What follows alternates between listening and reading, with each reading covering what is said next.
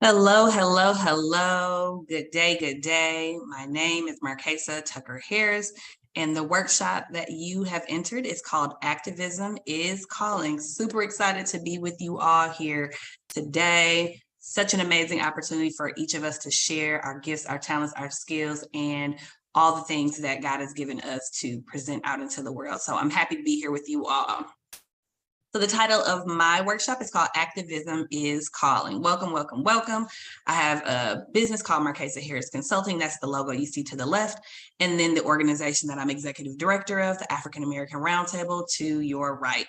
This picture you see front and center is me standing in front of a mural here in Wisconsin. It's actually in a suburb outside of Milwaukee called West Dallas.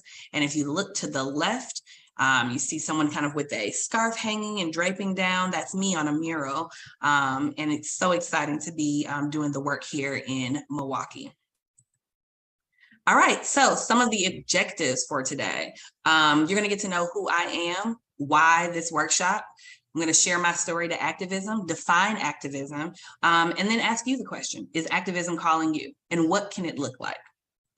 Get ready, get your beverages, get your pen, get your paper, and let's get started. All right, let's start with who am I? I like to share where I'm from. I am the granddaughter of Lonnie and Ruby Mae Tucker, hailing from Mound Bayou, Mississippi. Do we have anybody out there that's from Mississippi? Where my father and his 10 siblings grew up picking cotton as a small child. I am the granddaughter of Clarence and Frankie Lee Funches, hailing from Hollandale, Mississippi, where my mother and her 12 siblings grew up as sharecroppers' children, also picking cotton. God knew what generation to put me in. Both of my parents were children when Emmett Till was murdered by white vigilantes. Activism has been calling me before I was born, y'all, when my parents weren't able to speak up and fight for themselves. And I'm so happy to pick up this torch and do so. I am also the mother and daughter, sister and cousin, TT, godmother, and a daughter of God. The picture in the center are my parents and my daughter, Zoe Isabella. Let's keep going. All right, so I'm from Milwaukee, Wisconsin. I grew up near the suburbs where my parents planted themselves after wanting to be far as possible as they could from poverty in the Central City. You know, coming up through the Great Migration in the 70s, they wanted to be far away from poverty, but also they wanted to get away from Jim Crow laws and the mess that was going on in the South, right? Only to come to Milwaukee and be in more mess. Milwaukee, I won't say wasn't any better, but we definitely have our own issues. I grew up pretty privileged. I have to say that we were blessed to live a pretty comfortable life for the most part. My parents worked full-time jobs. My father worked in a factory. My mother worked in corporate America, and they own real estate throughout the Central City. So we've had those multiple streams of income all my life. Grew up in an area where it's a mixed neighborhood, Black, white people, older people, homeowners. So just an amazing place to grow up and live, but definitely far away from the Central City. Let me tell you a little bit more about Wisconsin, Milwaukee, where I'm from. Wisconsin is known to be the worst place for Black people to live. An UCLA report finds that K-12 schools in Wisconsin suspend Black high school students at a higher rate than anywhere else in the country, and has the second highest disparity in suspension rates, white and Black students. Milwaukee has the state's biggest city, suspends Black high school students at a rate nearly double the national average. It's unfortunate that, they say that Milwaukee and Wisconsin is the worst place for a Black person and to raise your Black children. Wisconsin's budget allots more funding for corrections than it does for higher education. Wisconsin also incarcerates most Black men in the country. There's a specific zip code that people talk about. More than half of the Black men in their 30s and 40s have served time. And in the 53206 zip code alone, 62% of all men have spent time in an adult correction facility by the age 34. So disturbing, so heartbreaking. A report from the University of Wisconsin-Milwaukee links the state's massive Black prison population to sentencing and policing policies that disproportionately affect Black people.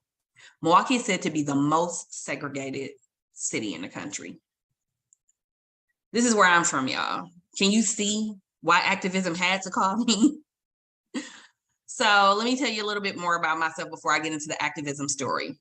I left Milwaukee, went to Grambling State University, and thought, hey, maybe I will go and matriculate in mass communication. So I got my bachelor's of art because I thought I wanted to be the next Cheryl Miller. If you're not familiar with her, she's Reggie Miller's sister, an NBA basketball player who was a sports commentator. I didn't see a lot of Black women sports commentating. I thought, maybe I'll go and do that.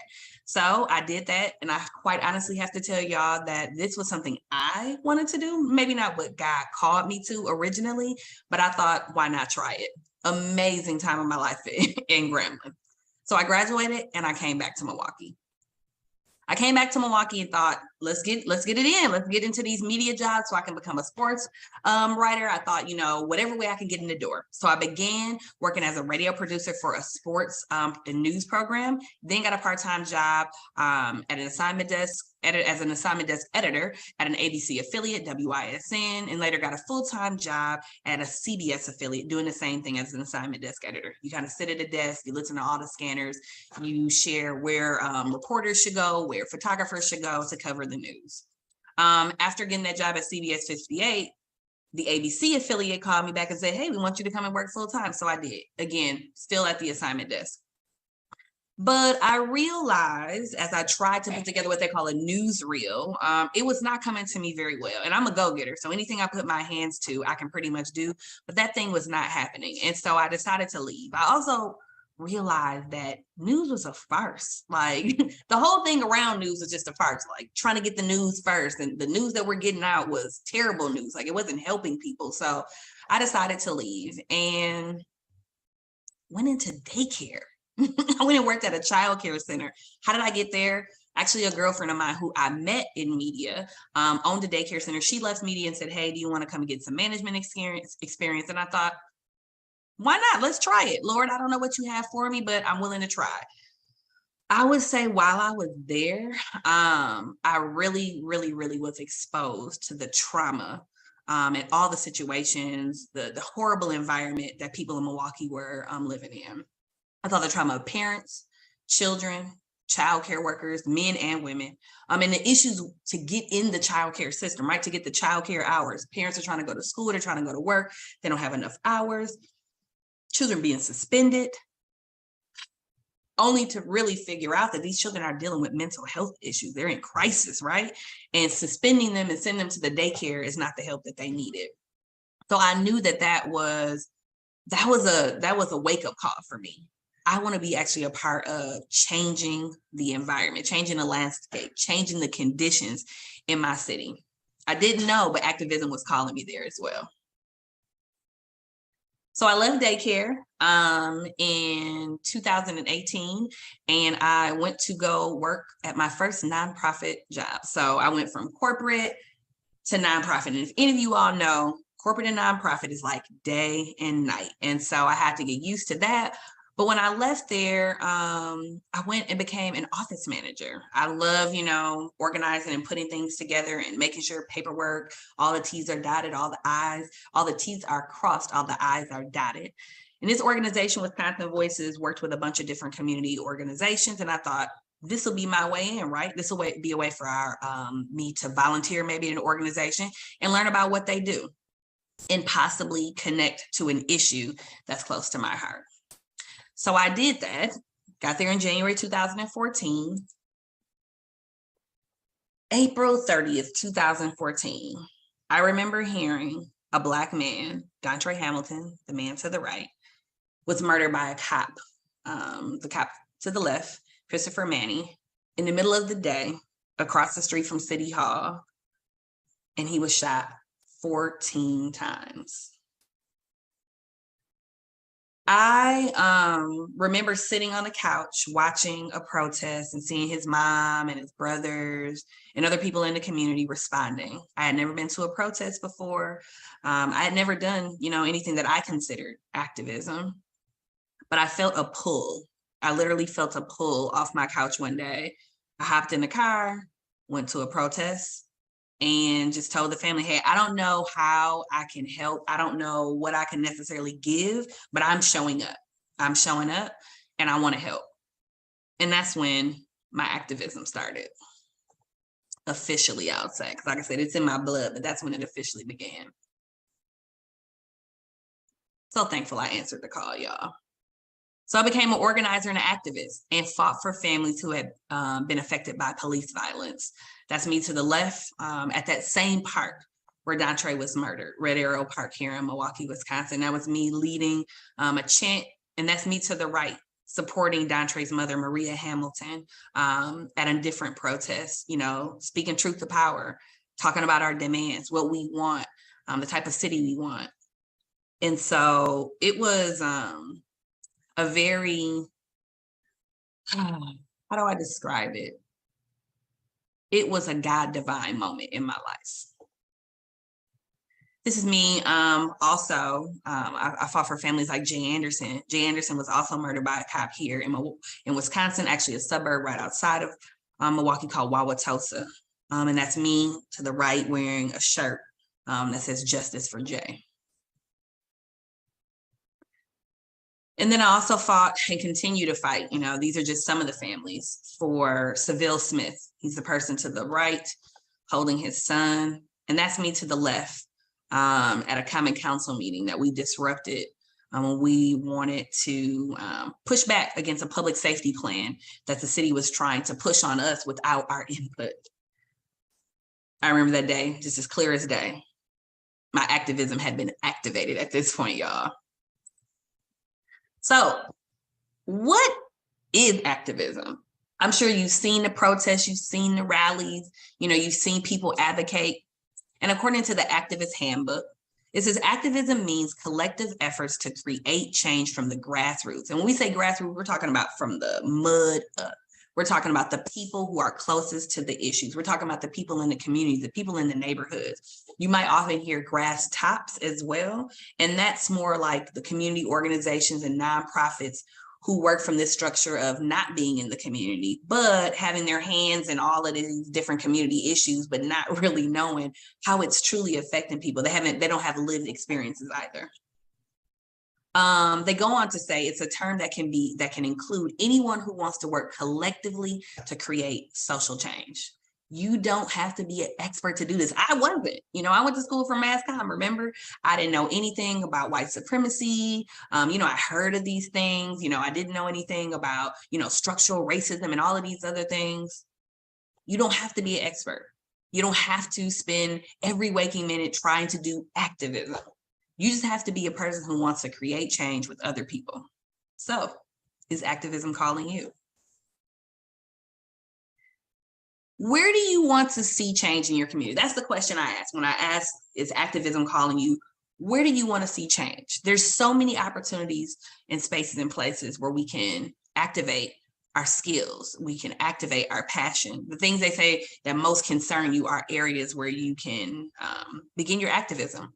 Some might start it in what they call the so-called democracy, environment, justice for victims of violence like me, criminal reform, housing, transportation issues, ecology, climate change. All of these things are opportunities for people to dive in.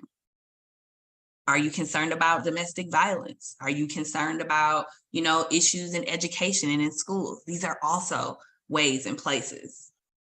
Take a moment to pause. What are the areas that tick me off the most?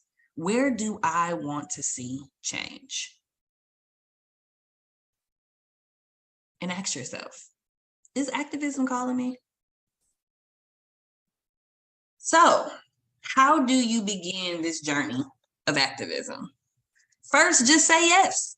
Say yes. That's what I did sitting on the couch. I said yes. When I saw something that I didn't like, that I couldn't agree with, I couldn't get down with, something I knew was gravely wrong, I said yes. First thing that you can do after saying yes is find out who's fighting for the issue that you want to create change around. There's so many ways to get activated. There's people on Facebook, there's people on LinkedIn, there's people in your community. Go there, be with the people who are fighting for change. Google them. Like I said, find them on Facebook, get out in the community, go to nonprofits, especially grassroots organizations, neighborhood associations, some churches. Who and where can you find the people who care about the issues that you care about? When I say yes to activism, I didn't necessarily know like what I needed to know.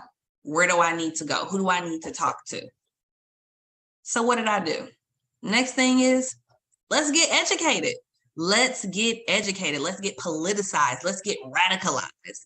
Getting educated is easy as finding material to read, whether it's online. You can do old school, go to the library. You can read books on or listen to books on Audible, purchasing your own, and begin to educate yourself on the topic.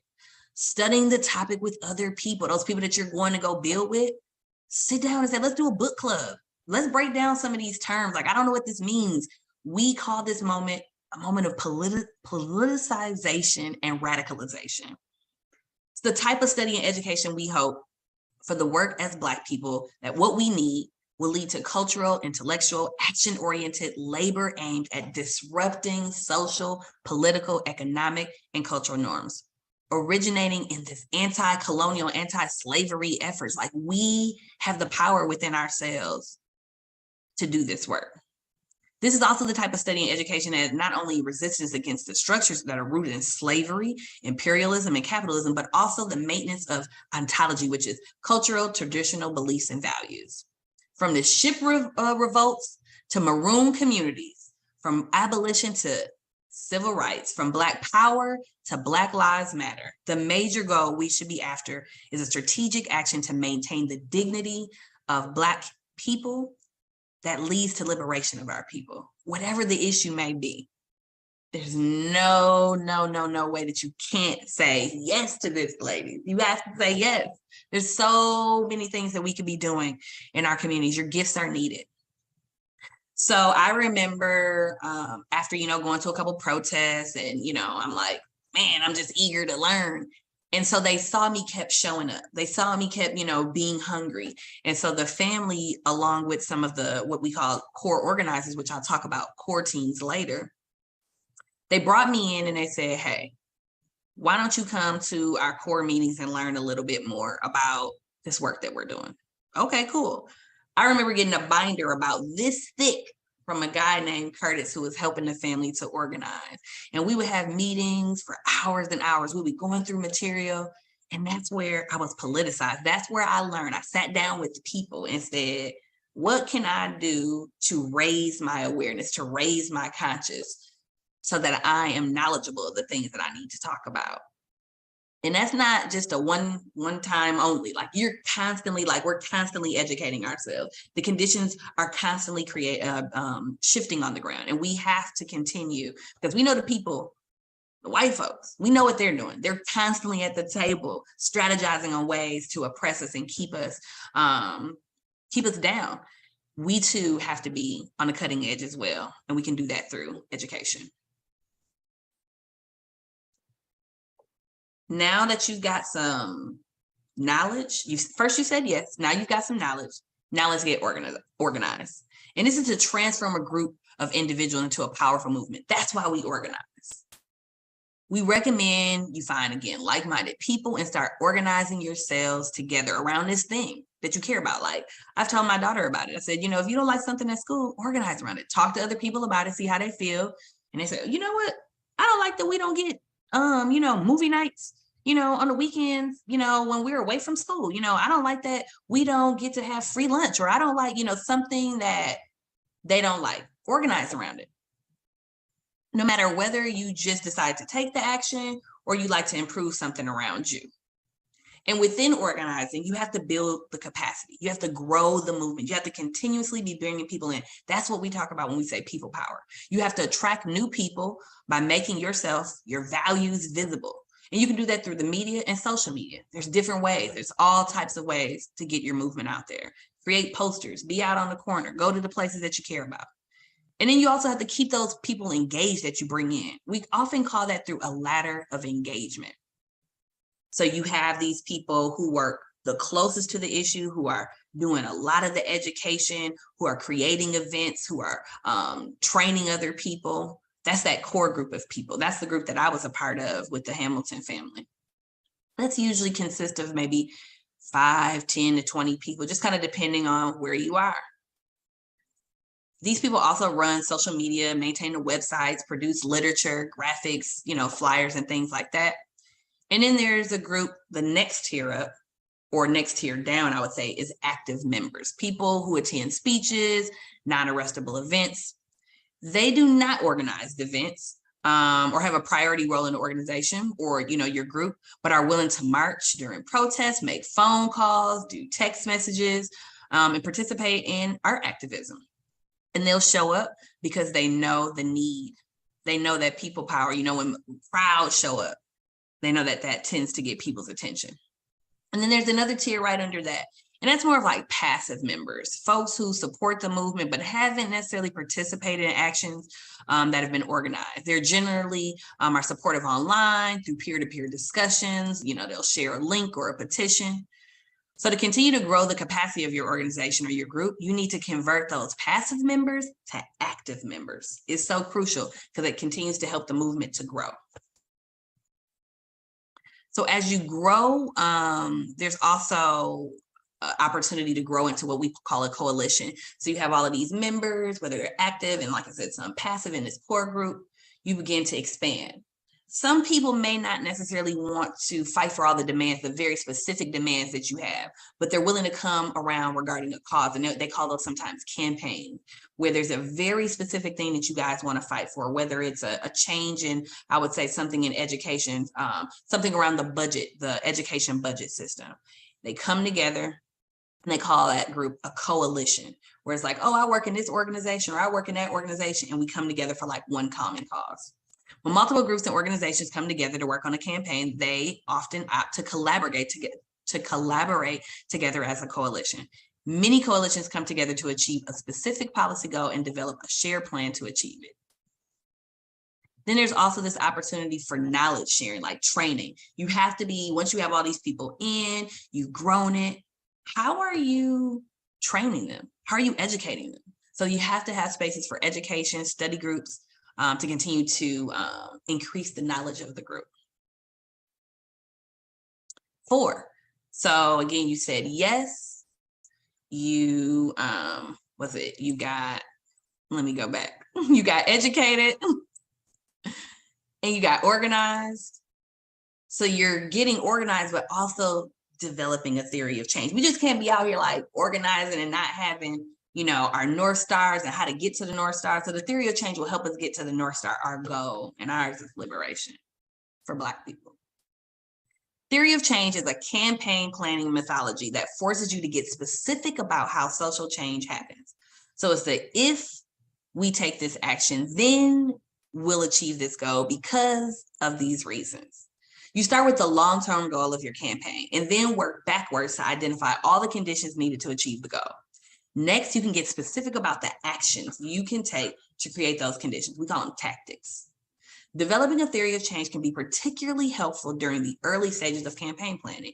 It guides you to choose the right tactics to most efficiently achieve those outcomes, and helps you to avoid the common mistakes of jumping immediately into an action without connecting today's tactics with tomorrow's strategies. Like you just can't, and that's definitely been a problem in activism, where people just think that they can just jump in, not have the tools, not have the knowledge. Those kind of things won't last. That's definitely not what the Black Panthers did. That's definitely not what the civil rights activists did. They had plans. They were meeting those mass meetings, educating themselves.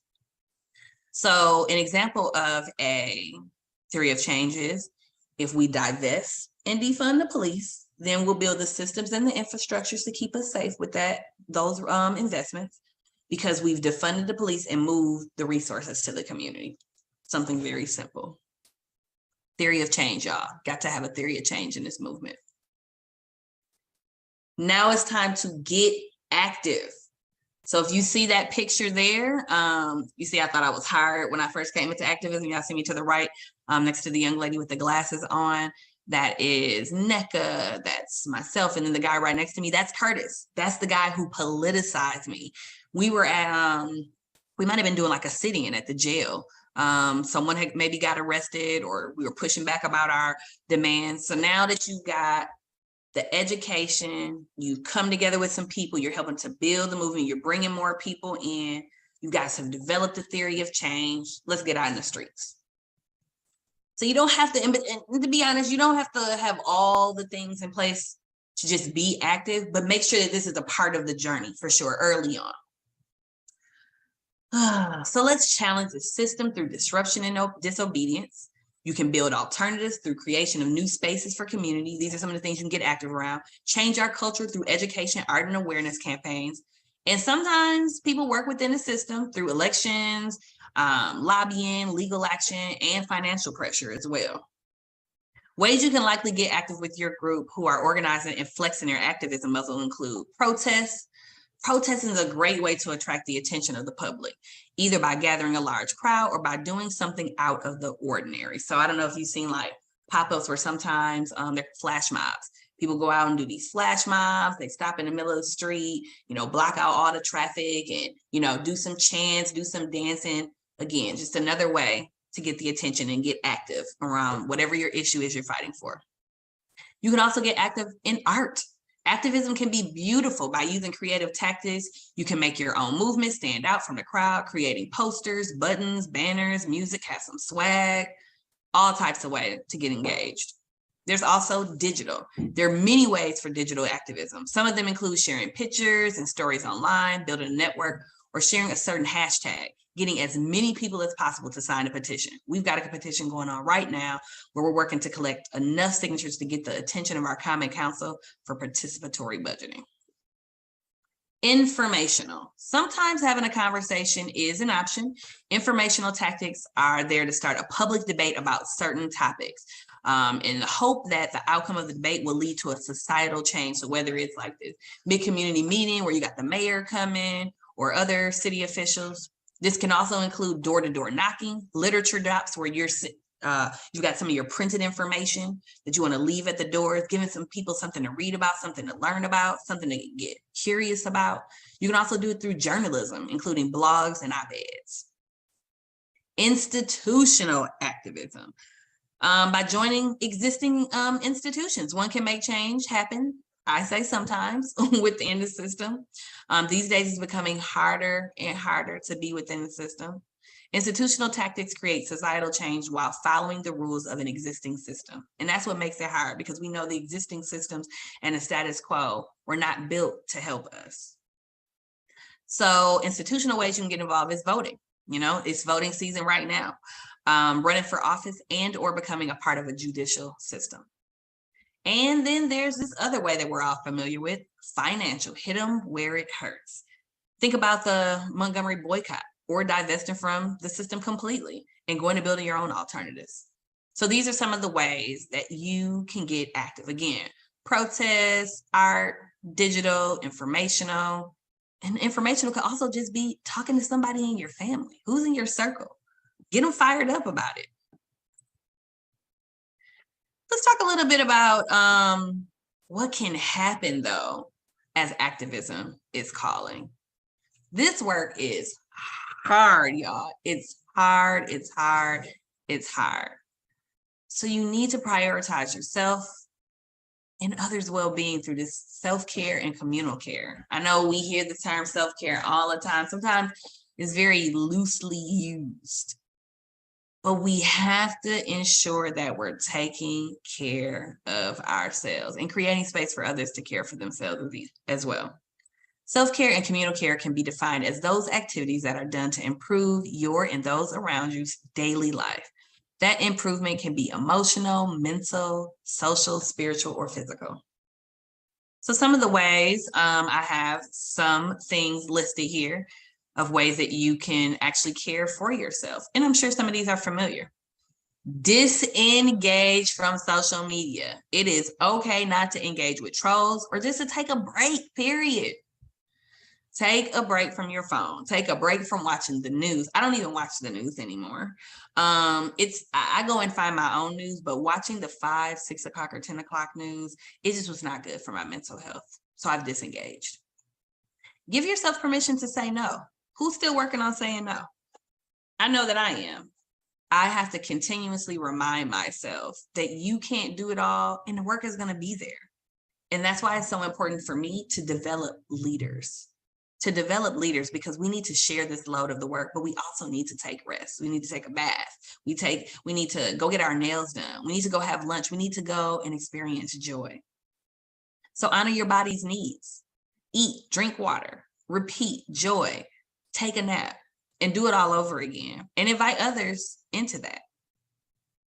Find your community of folks that will affirm your experience and love on you. Practice lots of love. Expand yourself out.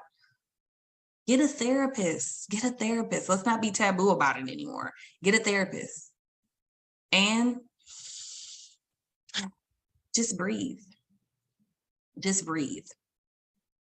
How will you know if you're not getting the self-care you need? Here's some things that could cause burnout.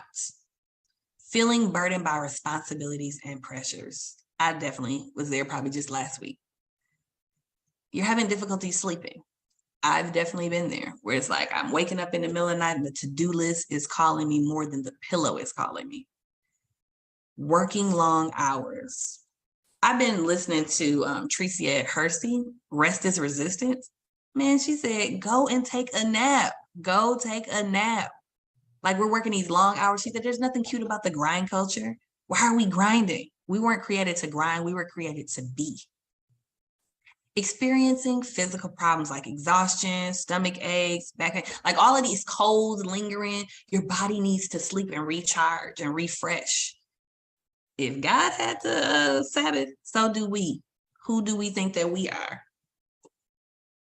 Being absent-minded or forgetting appointments, deadlines, or personal possessions. Again, that was just me a couple of weeks ago. A whole appointment I was supposed to get ready for 10 days before the appointment, looked at the paper. I'm dotting all of the I's and crossing all the T's at work. But when it came to my own personal health, I missed the mark. I was beginning to experience burnout. So I took some days off and took care of me. Being easily annoyed by another person's demands or stories about their activities, feeling used or unappreciated, feeling detached, feeling both useless, feeling like you cannot afford to stop and eat or hydrate. These are signs that you're probably burned out.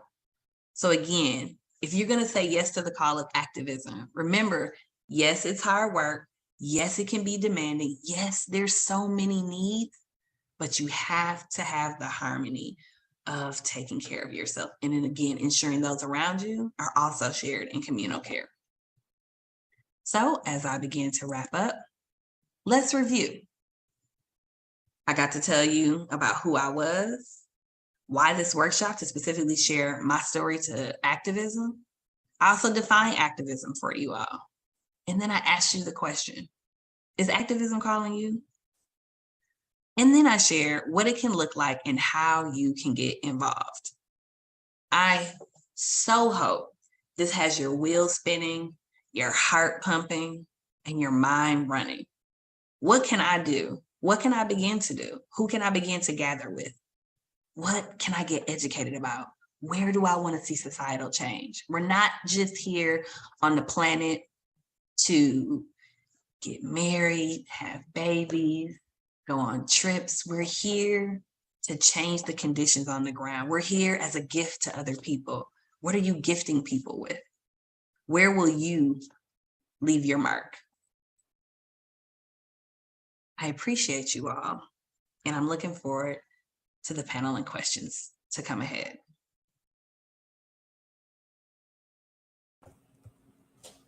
So good, Marquesa.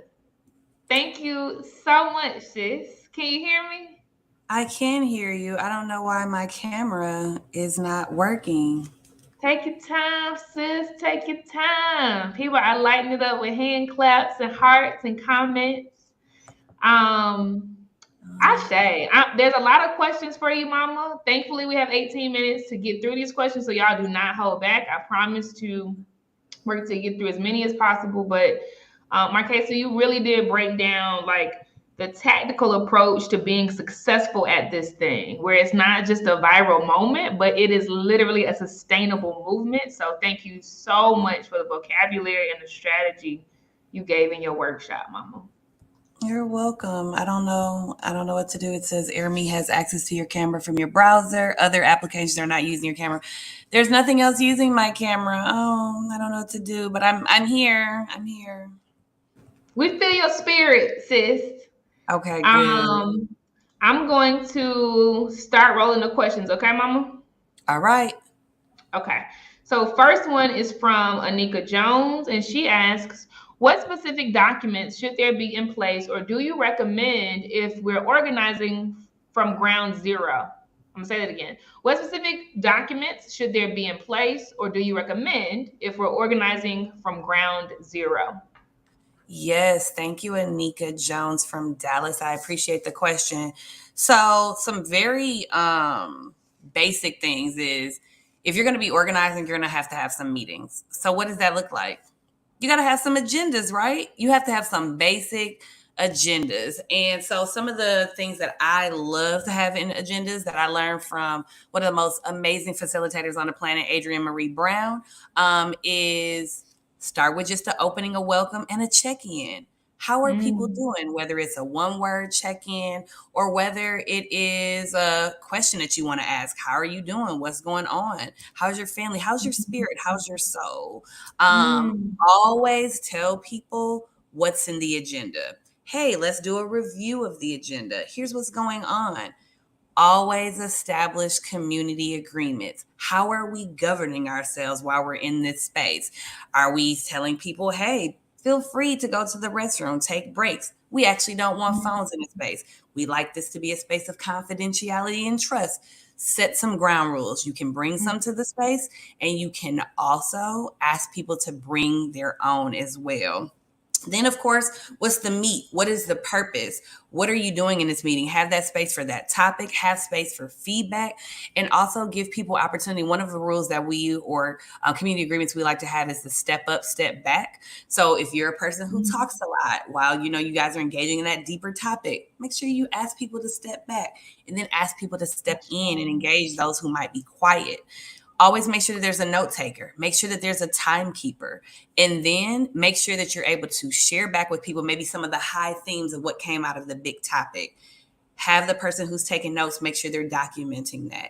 Then take some time to say, hey, here are the things we accomplished. You should also have objectives as well in your meeting. I forgot to mention that at the beginning. And so at the end, you can go through it. Did we meet these objectives? Did we talk about these things? And don't feel Mm, bad if you don't get to all of the things, because guess what? Sometimes you won't.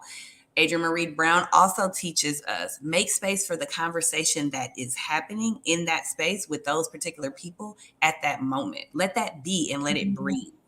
And then, of course, at the end, give people to check out. Don't just wrap up the meeting and, the whole voice they hear was just yours as you facilitated. Give people space to say what their experience was like. Yeah, I had a great mm. time. It could be a one word checkout, it could be something else, but give people an opportunity to continually be flowing in the conversation and throughout the meeting. And then try to close relatively on time. Respect people's time, they appreciate it. So I would say one of the basic things you can have is have an agenda, have a sign-in sheet, and then start those one-on-ones with your people because you got their phone number now, you got their email, and now it's time to engage them in conversation. Hey, who are you? What are your interests? And then move them into the work. So good. So good. Thank you so much for that thorough response. We have another question, Marquesa, from Wendy. And Wendy asks, activism is heavy. How do you stay grounded? Juicy, juicy question. How do I stay Mhm. grounded? I have a relationship with God. I have a relationship with God. I don't do anything on my own. He's my source of my strength. And I have to start my day with him. That's where I pull supernatural strength. I don't have to put on a cape. All I got to do is get on my knees, and all I got to do is go to my word and get my wisdom.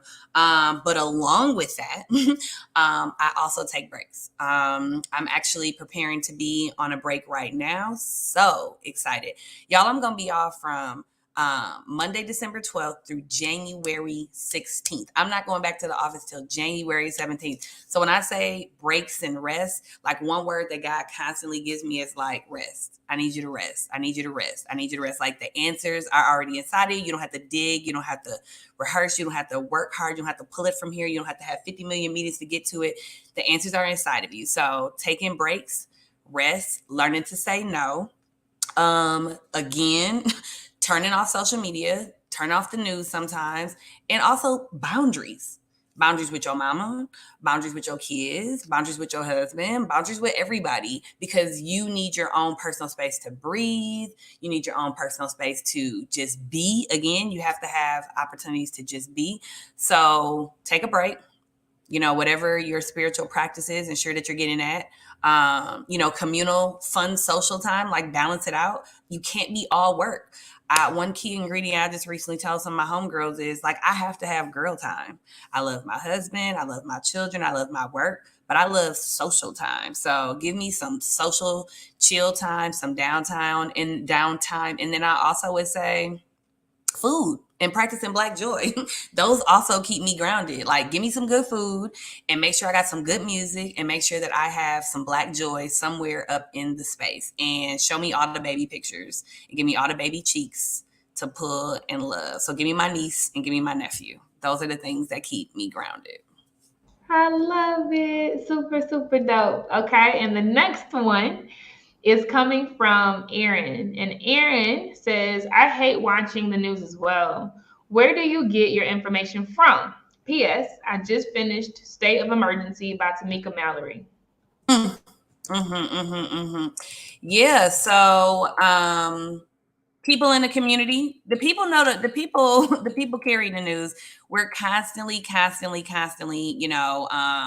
in communication with people, whether it's through Signal app, which is an app on your phone that you can have some encrypted conversation. So it's really being engaged with the people on the ground. You're always going to know what's going on in your community if you're in touch with the people in your community. And so people are texting me. And when I do go on social media, when I'm not on breaks, I'm utilizing social media. Like, there are people in the community that I know are in the know. I know that they're in the news. And then also just sometimes it's doing your own research. YouTube, you can definitely find some good stuff. I'm not gonna lie, TikTok has some stuff too. You know what I'm saying? You have to eat the meat and spit out the bones. But sitting down and watching CNN, CBS, NBC, I'm not going to do that. But what I will sometimes do is go and just see top lines. I'm not going to dig too far into the stories. I also find neighborhood news sources. So there's a neighborhood news source in Milwaukee called Neighborhood News Service. They do more community oriented news. There's a Black woman, Nakia Stone. She has a paper called Carved in Stone. And then guess what? Create your own news. Like, my organization, we're hoping to get a youth podcast started, and they're going to be doing the news. You know what I'm saying? So give people options, find out in the community who's got the know, who's got their ear to the ground. Stay connected to those people. Create opportunities to create your own news. Write your own news, your own blogs. Find out people in the community who are writing their own blogs, who are doing social media lives, who are talking to people about what's happening in the community. And then, like I said, when you have to dip your nose in or tip your tippy toe in, go read some top lines or go search for the things that are of interest to you and disengage when necessary. Disengage. Ashay, you off the chain, Marquesa. Okay. I wish I could get this camera working. I'm so salty. Girl. If you want to go out and refresh your browser and come back in, you can. Now, I can't answer their questions, okay? But we will wait on you, okay? No. I'm going to keep it going because, y'all can see my profile picture, and I want to make sure I get all the questions answered and take the time that I said I was going to take. So I'll be good. Ashay. Okay, so the next one is from Andrea. I'm sorry if I said your name wrong, Mamacita. And she asks, Are you on more than Twitter? What are your other social handles? Yeah, I'm really So first of all, y'all, I have two phones. I have a work phone and then I have a personal phone. I just recently lost my personal phone like a month ago and I've been protesting buying a new one. So I'm really not on Facebook because I haven't logged in from my personal phone because I don't have one. But I am on social media and it's my name, Marquesa Tucker Harris. I'm on Facebook. And Instagram, I'm on there again, just very rarely. And that's the THE, the number one alternative. I'll put it in the chat.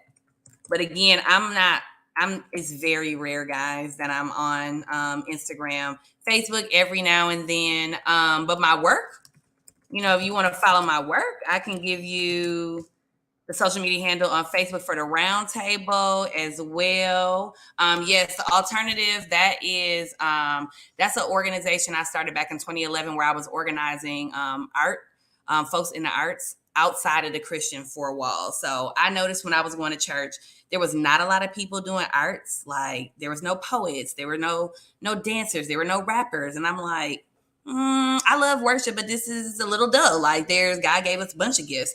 And so God said, well, go create a space called The Alternative and bring people into a space outside of the four walls to use their gifts to share about my glory. And I was like, oh, let's do it. So that was an organization I started. So I've been organizing since 2011, started more pulling people out of the church, coffee houses, out in the community at community engagement events. And that's since kind of morphed and turned into more of like a learning community space with some women.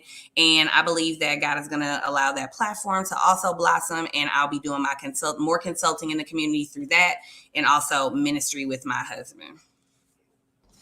I love big founder energy. I love it, sis. You will build it. Okay. It's going to happen. Yes. Big founder energy. Okay, super, super, super dope. I'm going to show some. So this is from Anika Jones, and she says, Miss Casey Ariel, can we organize under Blaze as a giving circle?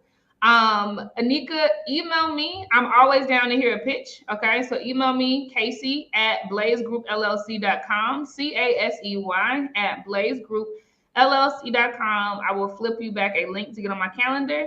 And I'm happy to hear the pitch, right? And if it sounds well aligned, et cetera, then we can see what shakes.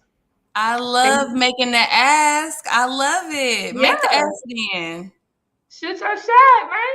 Yeah, big founder energy. All right, and so the next one is coming from Anika Leonard, and yo girl, she loves you. I can tell in the chat. Bae. It's Bae. That's Bae. She asks, can you talk a little about UBLAC and your mentorship philosophy for youth organizers? Ooh. UBLAC. So that's where, I don't know, maybe I did. I think I met Anika. Shout out to Bae, who actually plugged me with this opportunity. So thank you so much, Anika. I love you so much. And somebody said in the comments earlier that Milwaukee is popping. You are right. And so UBLAC started, and I mentioned some of this work in my my presentation. I've helped to organize around families who have lost their loved ones to police violence. And so UBLAC, Uplifting Black Liberation and Communities, was a grassroots organization I helped to found with Anika and a bunch of other dope Black women. And so a Black man named Savelle Smith, who again, I mentioned in my presentation, was killed by police.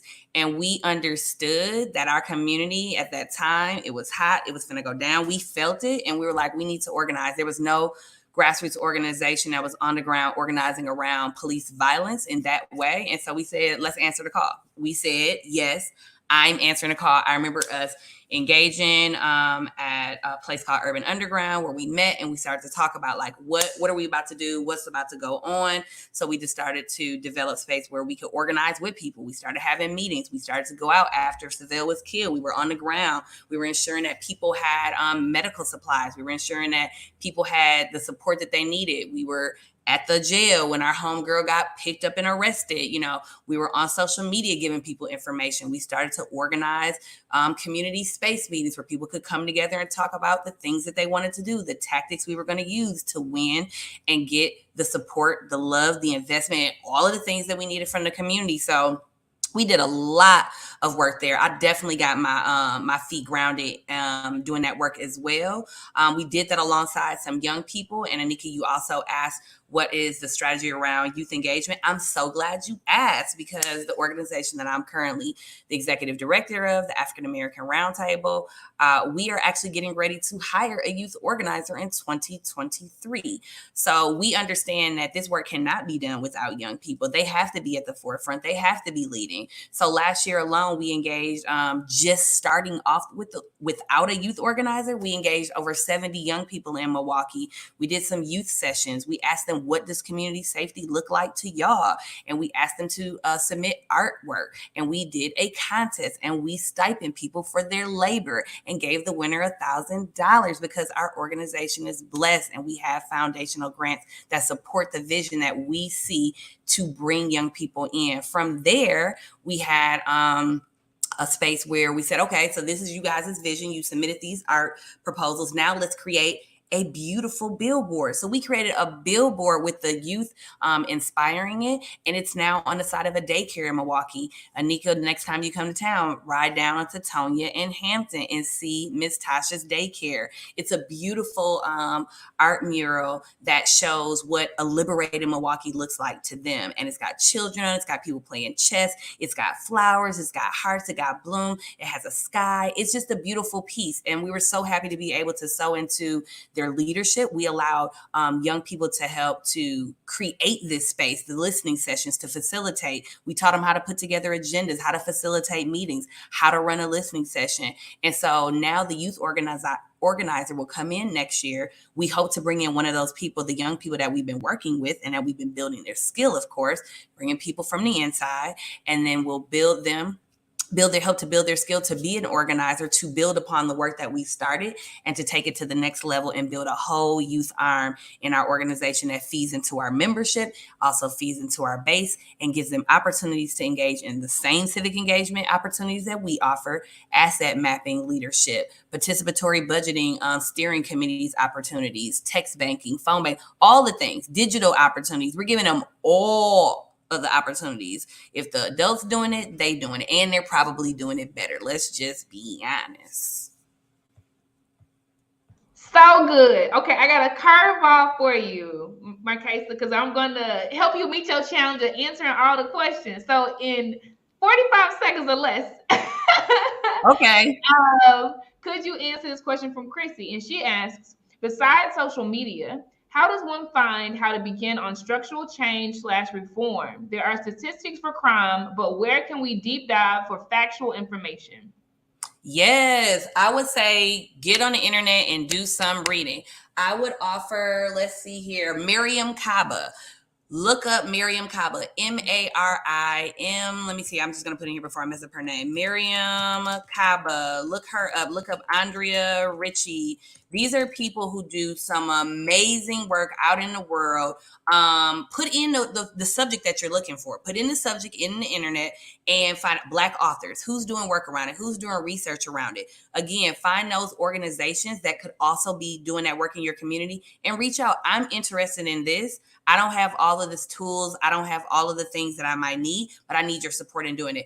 And you can also email me. I can help you jump into the water as well and help you find those things in those places that could possibly lead you in the direction as to where you're trying to go. But these are some of my favorite people that I just mentioned. They do a lot of work around divestment, survivor work, but they definitely could find some places and you could probably find some places and some spaces and some resources in regards to the work that you want to do. You did good. Look at the time. You did good, sis. Thank you so much for pouring. You are absolutely phenomenal. We are so honored to partner with you, sis. And you've literally sparked the flame that's going to change the world via a whole lot of people that are listening right now. Thank you so much. And I love you deep. For real. You stuck with me now, Marquesa. Let's do it then. Let's change the world together. It's been so good to spend time with you all. Much love to you all. Be great, be great, be great, be great, and say yes. Say yes. Ashe. Thank you, sis. All right, y'all. So we're at the bottom portion of the day for those who have been rocking since this morning. Wow, incredible.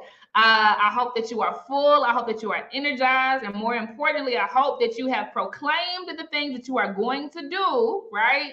And have taken these actionable steps, okay? All day. Rakita said she did what she did, and she showed up and 2 people were there and just kept going, right? And we've heard over and over and over and over again about how founders have showed up to solve real problems, and they keep showing up, right? And we've showed up for them, right? The black and green list spreadsheet that Yvonne created. Appreciate you, Yvonne. She's dropped it in the chat, or I've dropped it in the chat for her. Okay. Add your ideas in there, all the stuff that was coming through in the chat, and I will flip it over to Dr. Kristen. We're going over to hear from our girl Anika. Okay. She's about to do a Blaze talk to end our slate of speakers for today. And it is called Cozy, Might I Suggest, ...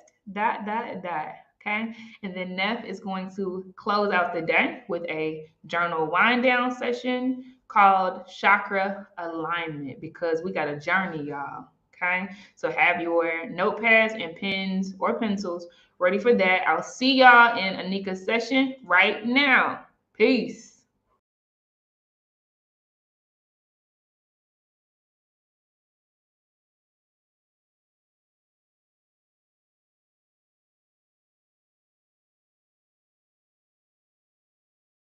How many of us have stories that our either mothers or caregivers love to tell about our childhood? Sometimes they're embarrassing, sometimes not, sometimes they're inappropriate, sometimes they aren't. So if you're anything like me, like you have a gang of stories that have been told to you that you can almost recite, right? And so I have a couple stories in particular that I'd love to share with you. One of them is that, I have an older sister. We're about 12 months apart. And my older sister basically came out of the womb talking, bossing everybody around and drinking coffee, right? And in comparison, I could not talk, basically. That is the thing that is like etched in my memory. I was told that I would try to have conversations with my mom and with, pretty much anyone who would listen. And in comparison to my sister, like people didn't understand me. Like they just thought I was cute. And so like my take on it is like they just pacified me like we, do sometimes with young people, like, oh, okay, you're so cute, look at her trying to talk kind of thing, right? And so basically, I was like so behind, like in comparison to with my sister, that my mom actually had me evaluated and they found that there was nothing wrong with me, but I had a couple theories. I had a couple theories about like, just like why, folks couldn't understand me. And I was also reminded, like when I think about that story, I think about the power of the tongue. Like, what does it mean when you're telling a young person that they can't talk? And, fast forward years later, here I am doing a Blaze talk, and imagine the journey that I had to do to get to this place. Another story that my mom loves to tell me is, and everyone else who would listen, I would say, is the story about me basically locking myself in the bathroom. And in the bathroom, once the fire department came and knocked down a door, they found that I had surrounded myself with maxi pads. Like they were just all over the walls. And, like that is funny, it's embarrassing, it's a number of things.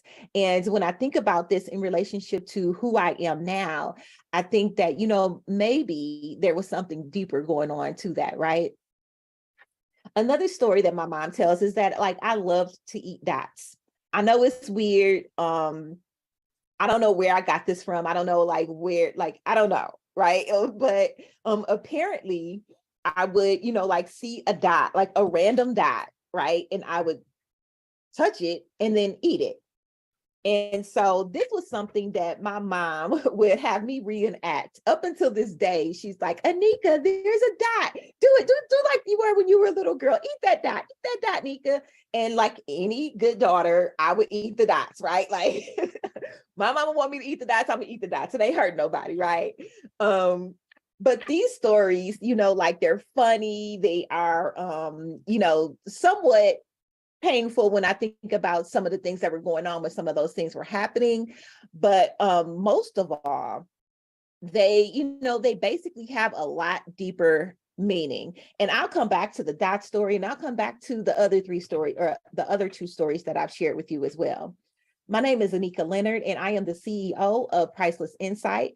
Our mission is to uplift the experiences of Black women, girls, and youth who are impacted by violence through prevention, intervention, and leadership development. I am the mother of a 27-year-old and a 26-year-old. Yes, I was a teen mom, and Black don't crack. I am the auntie to about 16 young people, and I am a community auntie that will pull up and spin the block with that energy. I have a number of experiences that help me connect back to my work with young people, and that help me come back and connect back to community. So back to these early childhood experiences, they were connected to something deeper, specifically the impact of violence and trauma in my life. I learned that basically these experiences helped form some of my earliest core beliefs. And then they got together with the way I was socialized to be a Black girl in America. And boom, you just had this creation of this person who, I'm still unpacking who that person is today as I reclaim who I'm supposed to be. So with the MaxiPad story, what I didn't share is that there was a lot of arguing and a lot of things going on in the house that I just couldn't understand in my 4-year-old brain, right? And so what I'm thinking is that my instinct was to protect myself. And I connect that to how, sometimes even as an adult, we're socialized to really protect everybody else. But in that moment, little Anika knew that she needed to protect herself. I also connect those stories back to needing to prove myself and overextend myself. And those things happened to both my business and my personal life. There were so many things that happened, between little Anika who locked herself in the bathroom to the Anika that you see here today. And I can honestly point back to so many instances where I betrayed myself, where I put other people's needs before mine, and then sat and wondered why, why my needs weren't being met, or why people didn't understand that I needed help too, or that I needed love too, or I needed encouragement, or I needed celebration too. In the experiences that I had, I took those experiences and formed Priceless Insight. So I've experienced domestic violence, sexual violence, stalking, trafficking, dating violence, you name it, in terms of the gender-based violences, and I've experienced it, right? So I formed a organization, Priceless Insight, and our job was literally to help young people who have these experiences, this set of experiences, and basically help them process those experiences so they didn't grow into adults who felt like everything that happened was their fault, which is pretty much the angle that I came from. Everything that happened, everything that went wrong, somehow I connected it to a deficit that was going on in me. And so I gave and I gave and I gave. I gave in the jobs that I worked in. I gave to my community relentlessly as a community activist.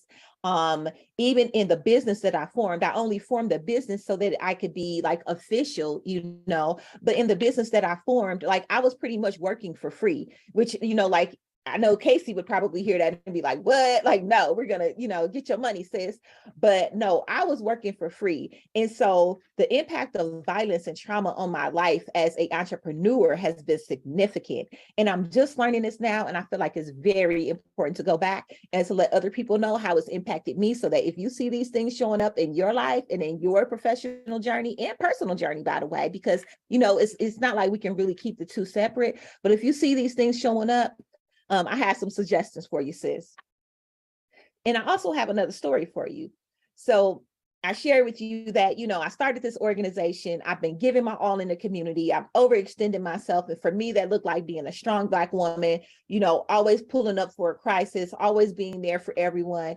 In 2018, y'all, I had such a rude awakening. I mean, it was a glorious year in a lot of respects because like my company had just gotten a huge grant and it was a local grant. I was so excited. It was the biggest that we had so far. And that's why I say huge, right? But it was the biggest that we had so far. And I felt like it was my opportunity to really like show everybody that, you know, like I was worthy, you know what I'm saying? That I was worthy to exist, that I was worthy to be, you know, doing this work in the community. Even though I had been doing it for so long, I was the go-to person in the community. Like I somehow still felt like I needed to prove myself, which is connected back to some of those early childhood memories and those early adverse experiences. And so back to 2018. So I had a condition called endometriosis. I've had it since I started having cycles. And in 2018, I was dealing with the emergence of endometriosis, but I also started dealing with adenomyosis, pelvic floor dysfunction, and interstitial cystitis. So all four of those were conditions that cause chronic pain, chronic fatigue. And I basically, the journey started in May of 2018 and ended in, or concluded, I should say, in December. Well, I don't want to say concluded because I'm still, you know, like I'm still dealing with the impact of those conditions. But for the purposes of this story, I will say that, you know, like I said, the onset of endometriosis was in 2018. And by the end of 2018, I needed to have surgery, which is the only way to really remove and have some relief for the endometrial tissues that I was experiencing. And so throughout this process, you know, I made it clear to people, like, I can't show up the way I used to show up. Like, I actually need help. I got to the point where I couldn't walk. I could barely move, actually. It was just debilitating pain. When I say debilitating, I mean debilitating. I couldn't drive. I had friends accompanying me to hospitals. I had friends cooking meals for me. There were times where I couldn't even get out of the bed to throw the keys down because, like, I was just in so much pain. And so my community really, really stepped in for me. And so that's another thing. Sometimes when you experience trauma, you know, sometimes you feel like you don't have the right to ask for help or you don't deserve help. But might I suggest that you ask for help when you need it? And that if you are turned down, that you keep asking, because somebody out there recognizes who you are and what you're doing, and they will step in to help you. So don't give up if you ask for help and find that, you know, no one in your immediate circle will help you. Because I mean, sometimes it's like that.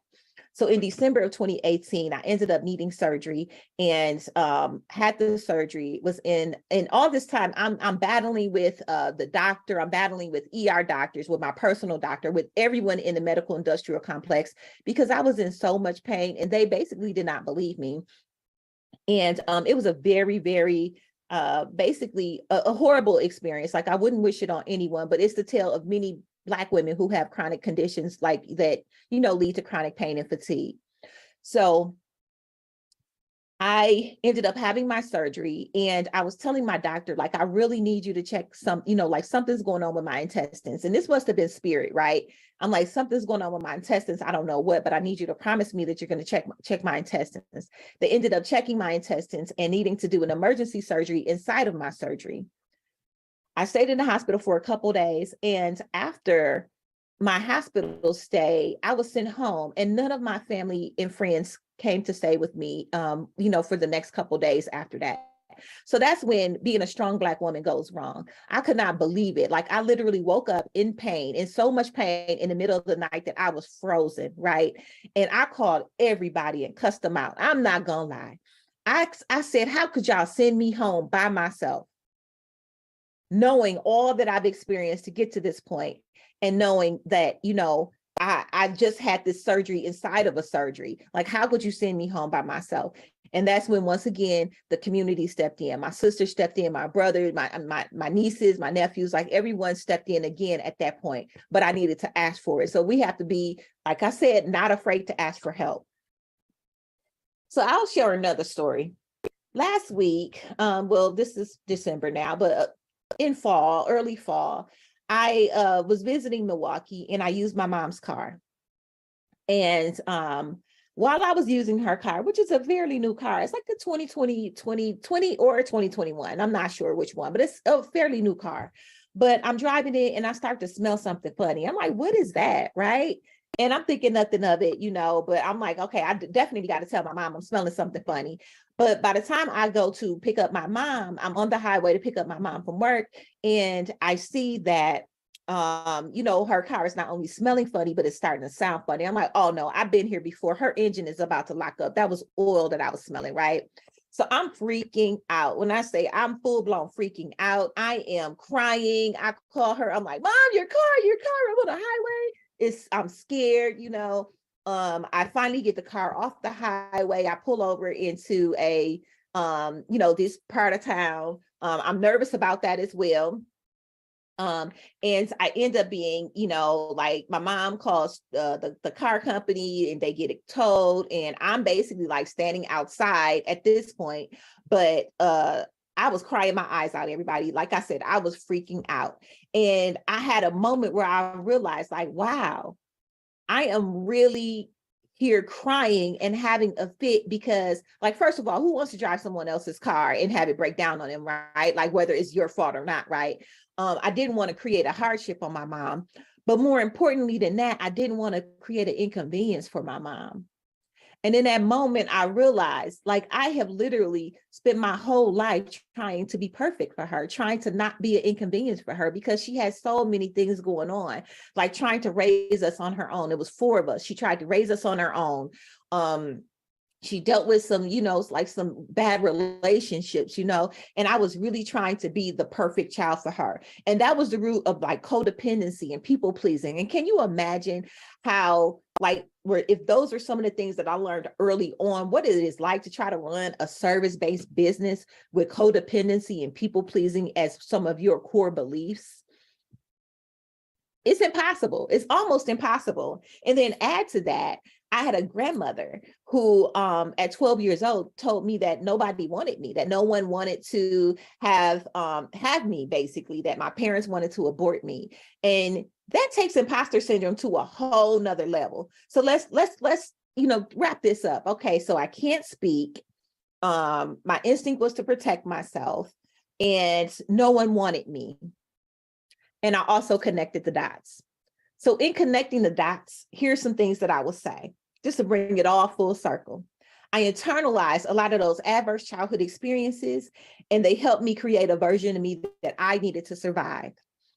And in that version of me that I needed to survive, I was great in some areas, and I was like learning and unlearning in other areas, right? Like there was like this whole like gamut of me that, like I felt like I needed to change, that I felt like I knew I could do better, but I didn't have the tools to access.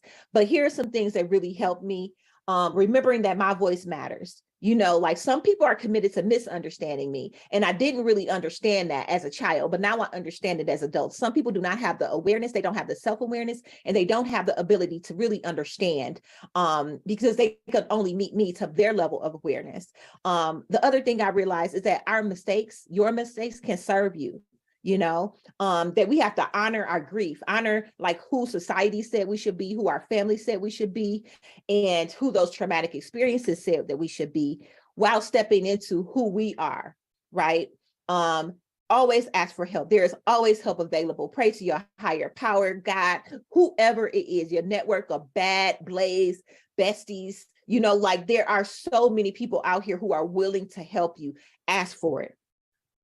Talk to yourself. I talk to myself all the time. I talk affirmations to myself. I speak life into myself. These are some of the things that have helped me get to where I need to be. Also, familiarize yourself with the habits of white supremacy, because we are Black women who are paving a way for other Black women in a world that we were not meant to survive. So, sis, familiarize yourself with the habits of white supremacy and how they show up in our lives, so that we can navigate them properly. And also, might I suggest we get comfortable in the skin that we are in, because we are fabulous, we are beautiful, we are taking over, you know what I'm saying? We are paving the way for young, brilliant, beautiful Black girls and femmes and gender beyond and gender expansive youth to come after us. And we've got to get comfortable so that we can create space for them to live in the fullness of who they are. Thank you.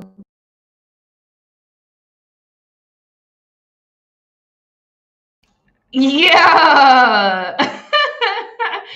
and it's the way she always drops the mic, right? Anika, I'm bringing you up, mama. Yeah. Come on up here, girl. Ugh. Hey, How you everybody. feeling? How you feeling? I'm feeling good. I'm feeling like that was Man, me. that was you. You that girl. Okay. I You see that me. girl. Ashay. I love your earrings. You know, a little something, something. I ain't I gonna say love nothing, but it. yesterday it was my business on my earrings and a price tag. I'm Dang. gonna grab And I them. ain't even. Dang. Next Yeah. time. Next And it was by a time. black woman.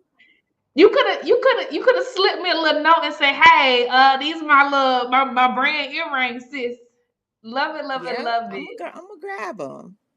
I say, okay, y'all. So we have Anika for another 8 minutes. All right. So drop your questions or raise your hand. Okay. I want her to be able to answer all of your questions and or receive all of your flowers. I'm so proud of you. That's all I got to say, sis. I'm just so proud of you for taking up all of the space again and again and again. You're Thank killing it. you. You're welcome, beautiful. You're Thank you so welcome. much. This has been an incredible experience. Like, Okay. yeah. Okay. Thank you. Look, Lindsay has raised her hand, so I'm bringing her up. Lindsay, Oh, you have the floor, my sis. sis. Oh, my girls. Hey, y'all. I don't have any Hey, sis. questions. I just wanted to come and bring you both your flowers. You know, obviously, everyone in the chat and who has attended the summit has been full just of the goodness. Anika just Mhm. had me back to back today, yesterday, and just seeing you just shine in your most authentic self. It's just so beautiful to see, and especially having personal relationships with the both of you. It's remarkable. I am getting fed, over and over and over again through you ladies. So thank you for showing up for us. Thank you for showing up and caping hard, as Casey was saying, for Black women all over the world. We need y'all. Continue to take up space. Like this was a phenomenal talk, but just thank you both just for showing up and for doing this for the culture. You go first, Anika. What you got to say to that? Tears. So for y'all who don't know, I met Lindsay around this time last year. When I was desperately seeking community and friendship, and Casey had a podcast and we met like through the podcast as well, and just have been connected ever since. So Lindsay, just to have you on here saying it, I'm like, yes, my sis, like, thank you so much. Thank you. You are an incredible person, just beautiful inside and out. So I just appreciate just being in community with you and sisterhood. Like, and then you here, you giving me my flowers, and I was giving you your flowers last time. It's just a full circle of some things, and I just thank you. I say, man, a bunch of full circle moments. So yeah, I met Lindsay last year because she was a speaker at the Winter 2021 Summit. Okay. And her and I did a fireside chat on building Black wealth. Okay. And let me tell y'all something. Oh, Shotty cold. Like, I come from finance and I don't even talk about it that much. I'm talking about it more and more because I'm mad at them, right? And I'm doing a lot of stuff on the continent, but I ain't dealt with the US that much yet. And Shotty so cold. I looked at her, she looked at me, and we was like, "Yo, we got the bill, right?" So we already knew we were about to disrupt the banking system. It's coming. We're working on that. And then I had a podcast where Anika was surprised by Lindsay coming on as another guest, and she was fangirling. I don't know if she told you that, Lindsay, but I was like, Anika, Lindsay about to come on. She was like, what? Because she remembered her from the summit.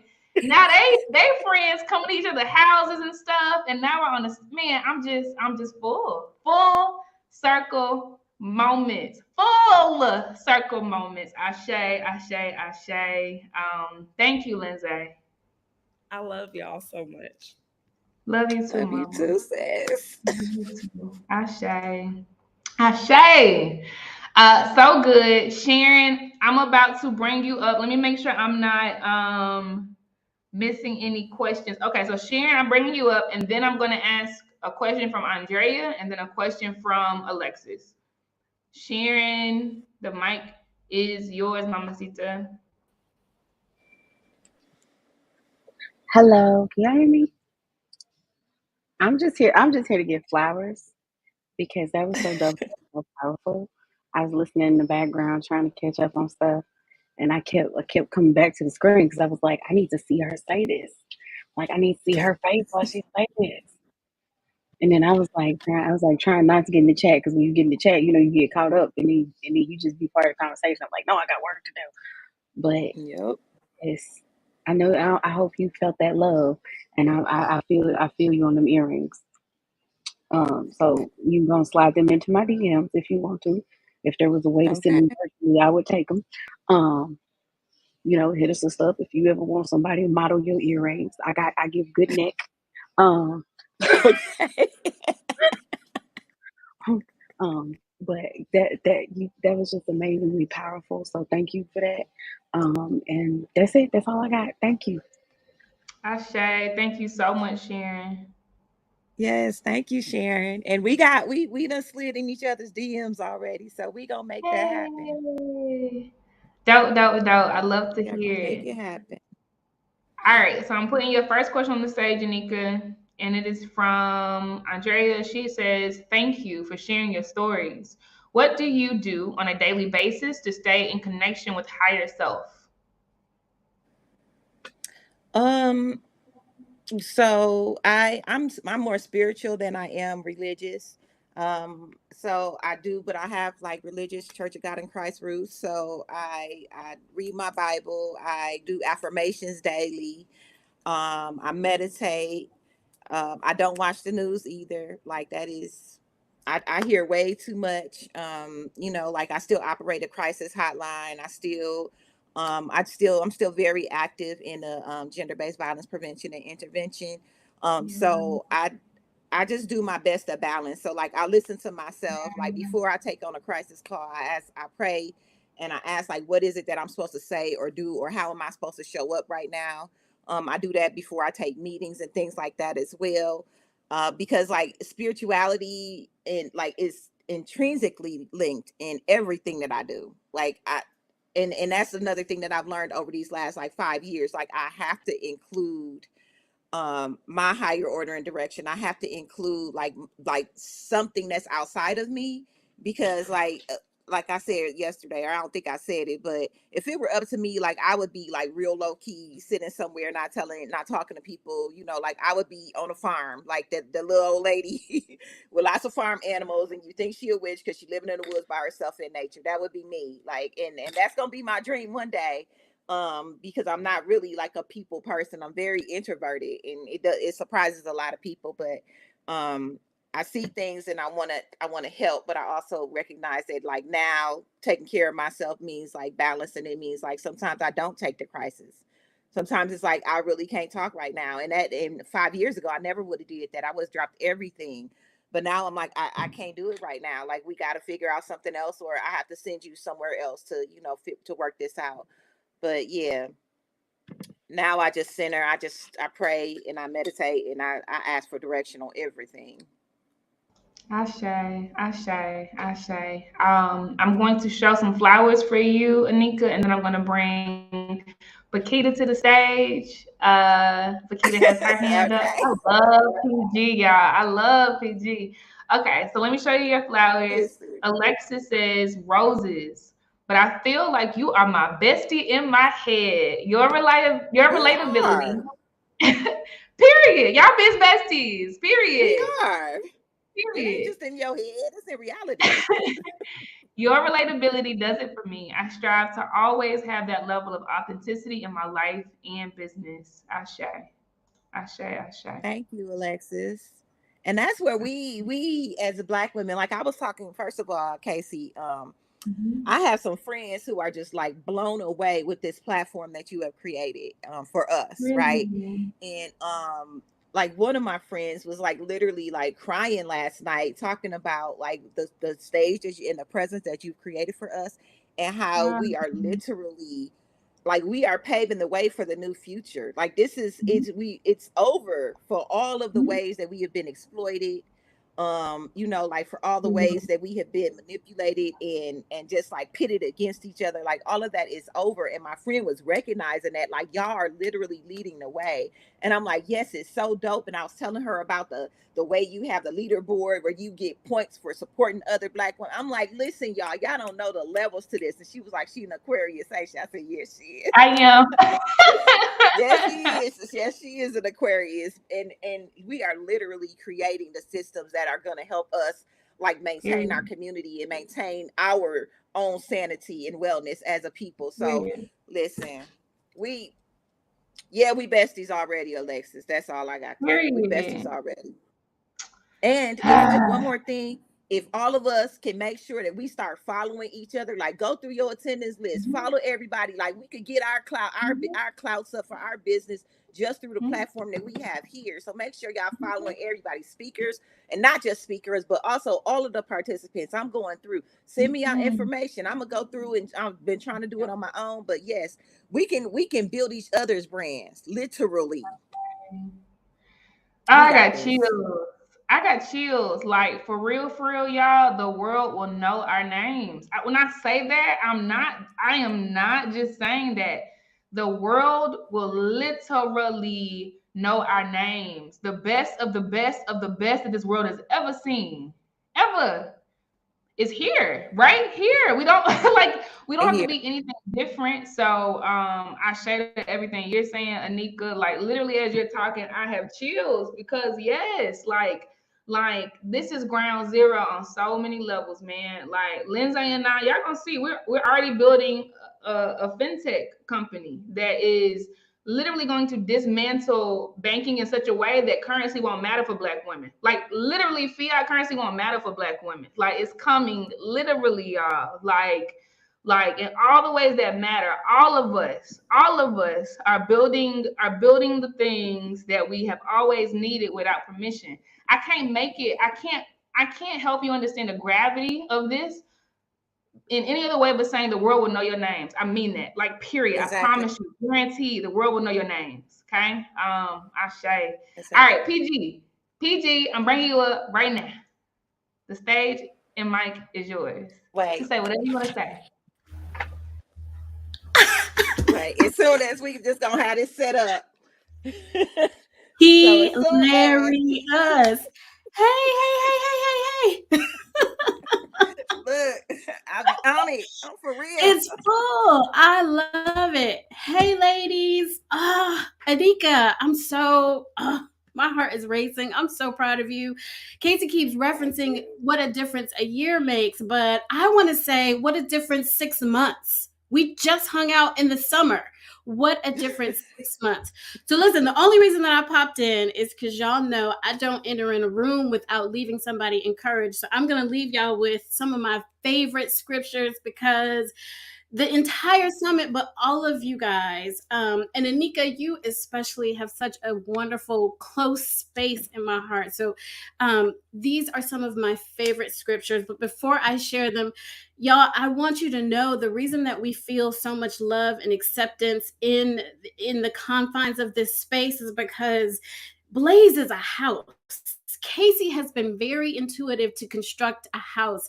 I always hate when people say we're going to build our own tables. She built a whole house and filled it with many rooms so that each room has multiple tables with multiple chairs, and we got recliners and sofas and all of these things so we can take up all the space that we need and we can have as much room as we need. Casey, that's why I love you. That's why I'm always Cape Hard for you, cuh.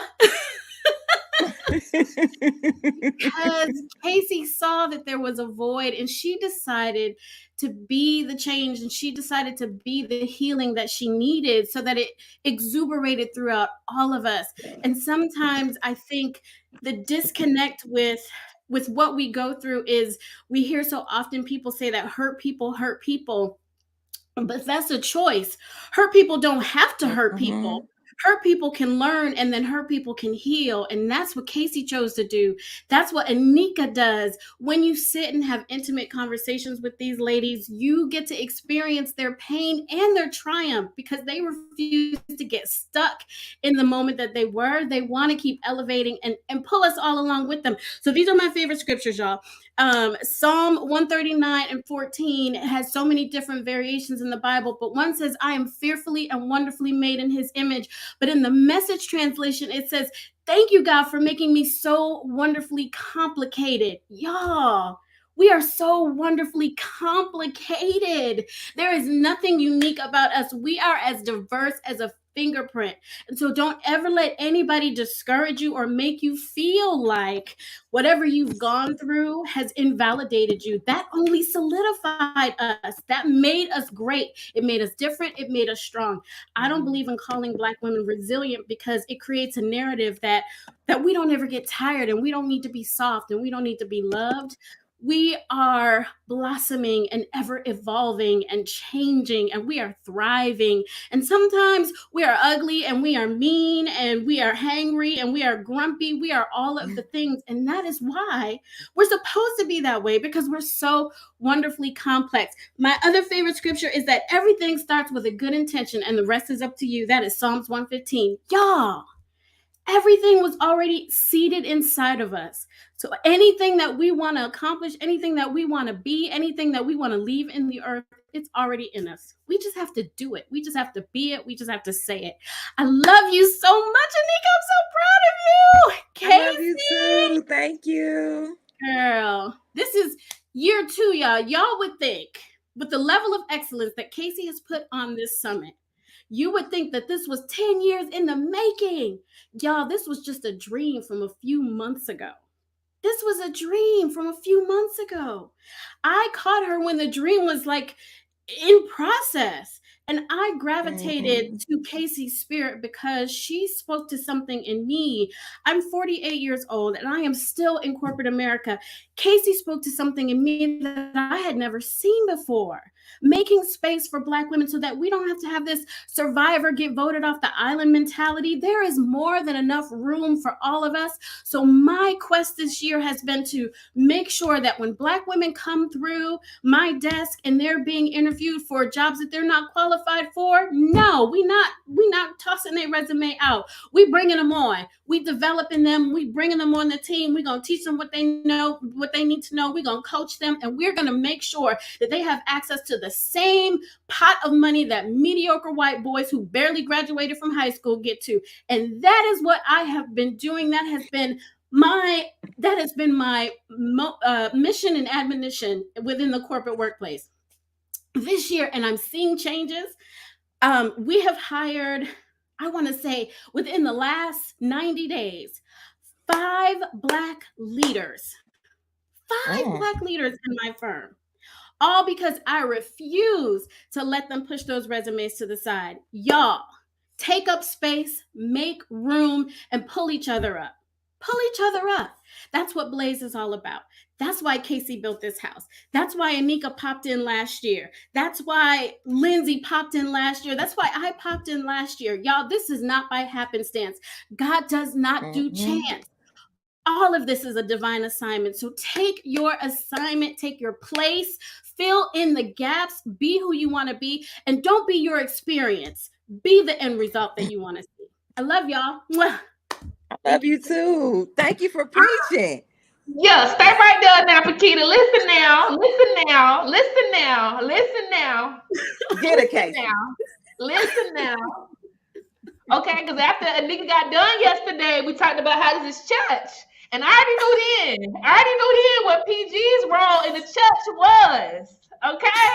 I already knew then what her role in the church was, but I knew at some point she was going to come to this stage. Okay? So as she is on the stage, let me introduce y'all to the historian, the secretary, and the occasional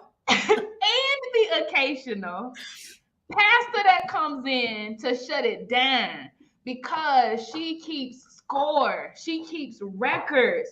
She tells the story. I'm talking about Lord Jesus. I'm talking about when I met her before she even hit the stage for the Winter 2021 Summit.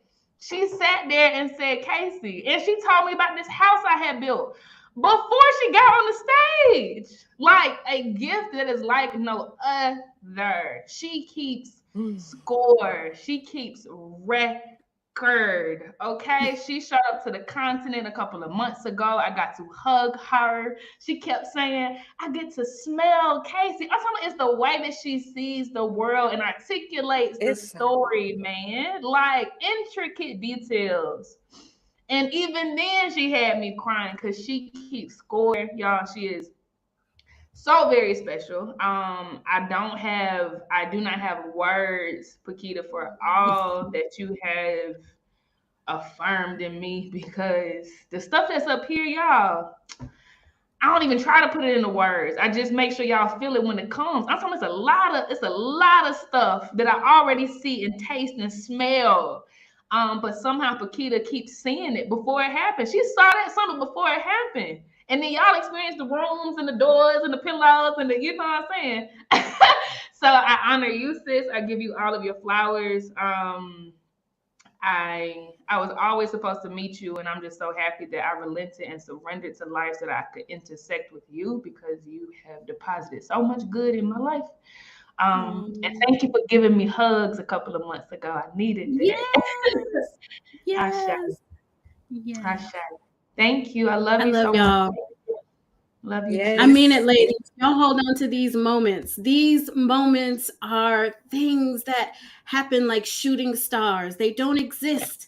They don't exist in the regular world. You have to be spiritually tapped in to get moments like this. And God hand selects. He hand selects the people and the places and the prospects and the words and the phrases and the emotions. He hand selects all of those things. So consider yourselves God's favored child, that he hand selected you for these moments just like this. I'm so happy for y'all. So happy for y'all. Thank you, PG. You gotta quit. We gonna work on that podcast, Anika. Listen. You're right. We are gonna do it. We're gonna get on the calendar. And for those who asked about the book I held up, it's Paquita's strategy journal. Yep. So she could be found in the marketplace. It's Hayward and Love. That's Paquita's thing. And I use this strategy journal, like it's weekly priorities. It's all kind of stuff. I be using that to keep me on track. So I wanted to plug that. Can I say something? Like 2 things. Do we have any more questions? I'm leaving, y'all. No, bye, PG. Love you. No, we just going to the journal wind down after this, so you can wrap it with your comments now. Okay, so 2 things. So these are my earrings, Priceless Insight earrings. So that's one. And actually, fun fact, this is Marquesa's silhouette in the middle.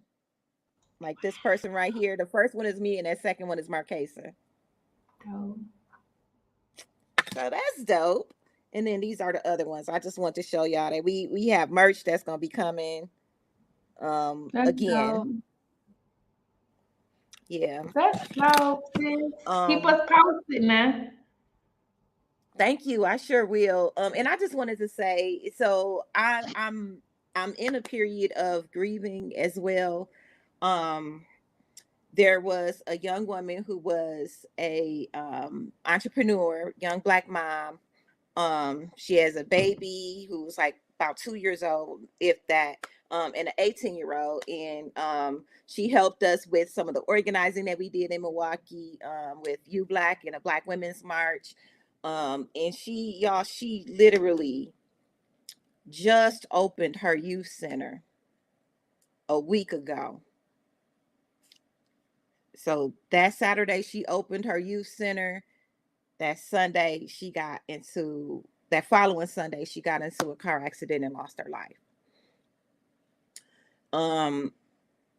And I'm just, as a person who has been in a tremendous amount of mental and emotional and physical pain that have led me to think thoughts, suicidal thoughts, led me to want to give up, led me to want to, like question my purpose in what I'm doing.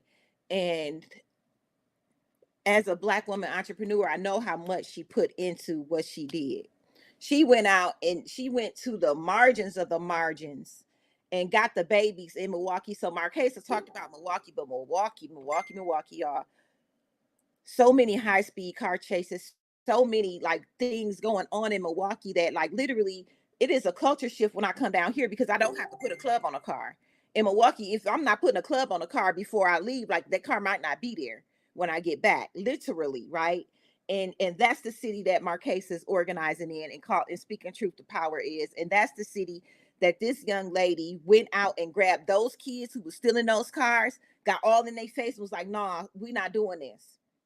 So those are the babies that she worked with, the ones that nobody wants to work with, the ones that gave up, the ones that are justice system involved. Those are the ones that she worked with. And she literally just opened her youth mentoring / life coach center, y'all.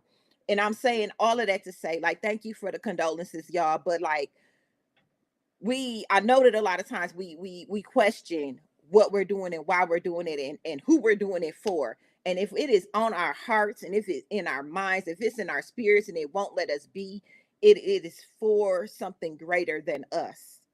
And I know, like, as an entrepreneur, like I said, I've had moments where I've wanted to give up. I've had moments where I've wanted to take my own life. I've had these moments in her life and the celebration of her life and all that she has done in the community. Like, that is my proof and evidence that I need to keep moving forward, because sis didn't make it home. Sis did not make it to make.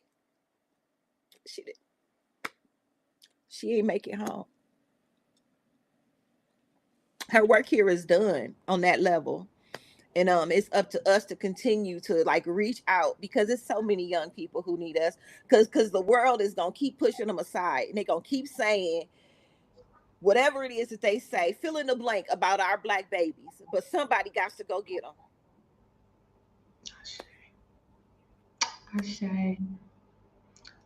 So thank you for giving me space to say that. So many condolences to you, sis. I hope that you take the time and space to heal, like for real, I hope that you do, because we gonna be here when you done, okay? The folk you serving gonna be when you done, right? But take time and space to heal. I'm so sorry about that, and thank you for sharing that as a grounding story for us. Love and light to her family too. Thank you, sis. Thank you. Well, thank you, Anika. We appreciate this. We are closing out this session, y'all, officially. And we are transitioning into the segment that is the journal wind down. Now, again, okay, every day goes higher, right? And you are literally being elevated, not pushed, okay? Because we're going with you, and there's time and a pace for this, right? You are literally being elevated to a place where by the end of these 5 days, it truly ain't gonna be a burden. Like for real, you ain't gonna be scared of it, right? So this segment is about to be very, very important. It already is very, very important. This is the final journal wind down session. And it is called Chakra Alignment. We have Neff McGriff coming back to do this. This is her last time doing this today, okay? So meet me over there at that session, a 30-minute wind down, a 30-minute journal wind down. It is called Chakra Alignment. Definitely have your pen and your paper ready. If you have not been here for the last 2 journal wind downs, I promise y'all it's everything. And then we just have 2 days left. Like, that's it. We got 2 days left, and that's it. Okay. So thank y'all for rocking with us. I'll see y'all in the journal wind down session. What you got for us? All right. So glad to see everybody. What I would like for us to do before we start this is to, if you're seated or if you're standing, try to plant your feet as flatly on the ground where you are and sit up straight and breathe in and then breathe out. And next, if you can, stretch out your arms. So still have your feet planted as solidly on the ground as you can, sitting up, and you're still doing that breathing, and you're stretching your arms out, and just imagine you reaching your fingertips as far as they can go. And so you should feel a little pull in your arms. And we're going to breathe about 2 more times very deeply.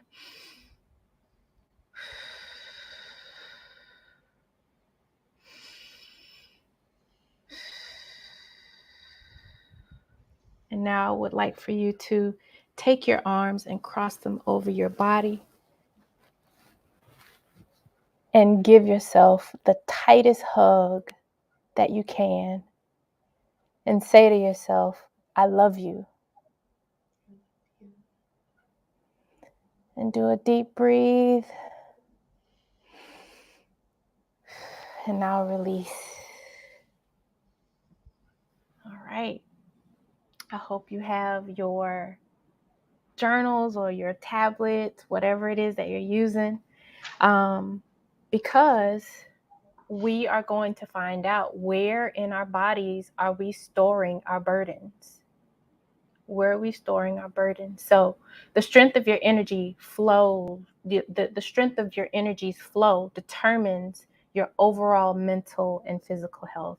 So I'm going to do a rundown of the 7 physical chakras, even though they're more than these chakras, but we are the most acclimated to these. So the 7 chakras, you're free to focus on whichever chakra that resonates with your circumstances, or you can choose to, journal about the different chakras based on the prompt. So right now, just listen, and then I'll let you know when we start the journal prompt. So just to familiarize yourselves, the root chakra, that's located at the base of the tailbone, and it is symbolic of stability. It's almost like the root of a tree or the foundation of a house.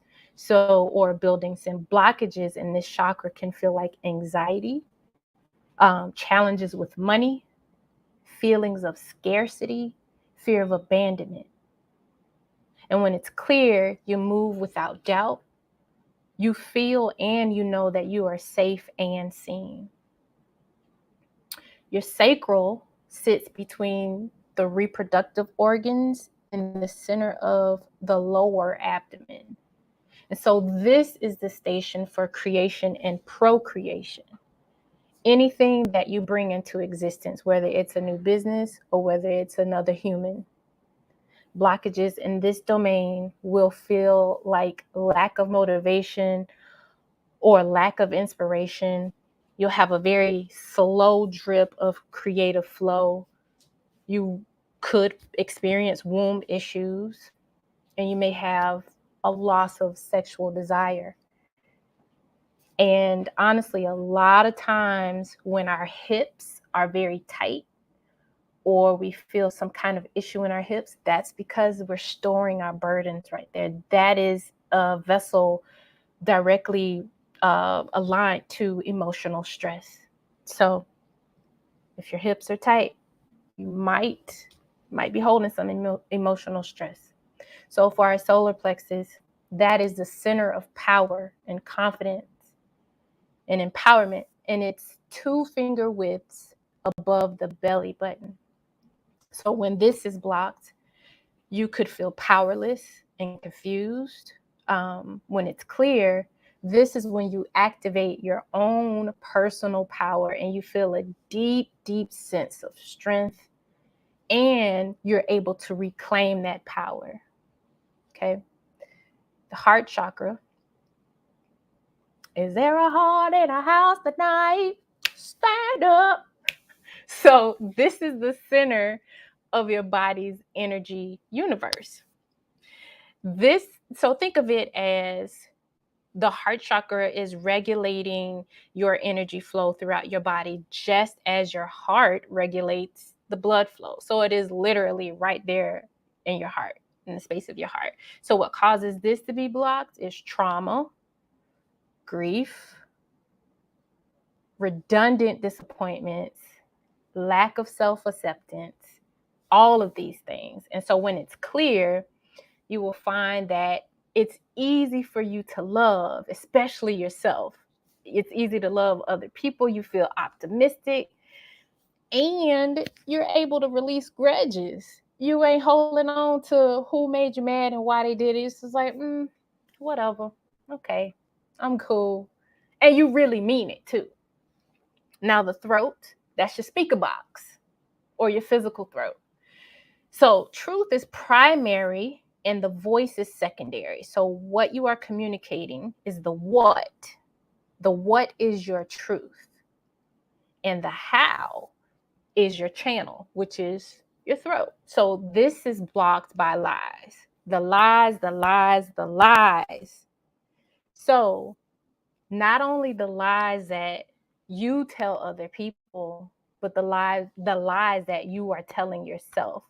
So usually when someone asks you, are you okay? And you tell them, yeah, I'm fine, but deep down inside you're not, that's a blockage. Okay. If you're telling yourself, oh, I'll be fine, you're lying to yourself if you're not really going to be fine. All right. So when this is active and clear, you're no longer bound by the complications of your childhood that may have repressed or silenced your voice, or the disparities of today's world that keeps telling you that your voice isn't necessary or it's just too loud. Now, the third eye, that's the center of your nicely arched eyebrows. Mm-hmm. This is where clarity and intuition lives. So when this is blocked, you usually will feel unfocused. You're not aware of what's happening around you. And you may have a tendency to overthink or ruminate on something.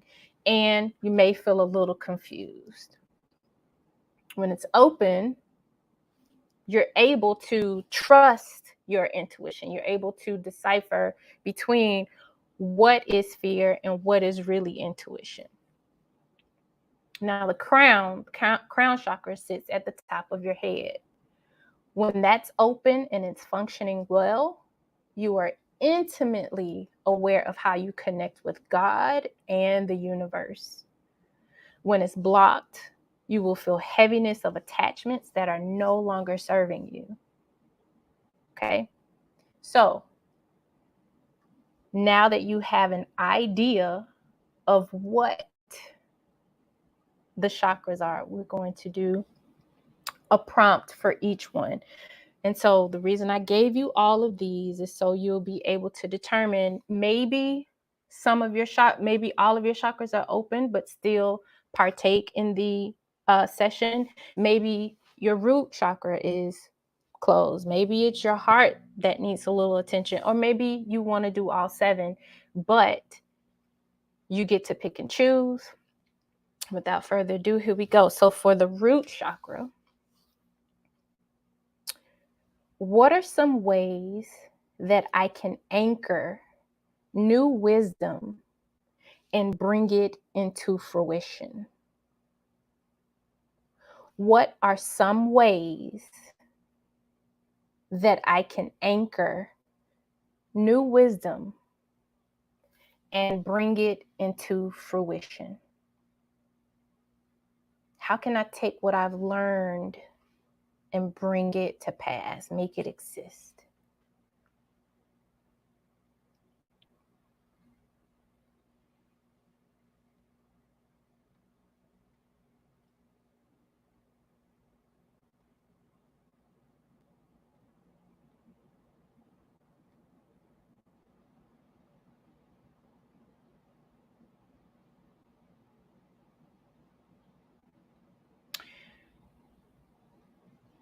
All right.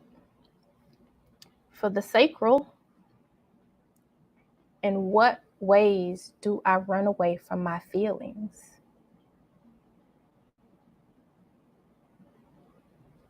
In what ways do I run away from my feelings? And the follow-up to that is, what is or are the reasons?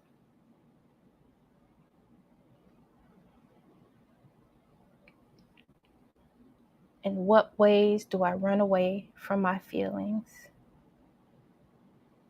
What is or are the reasons?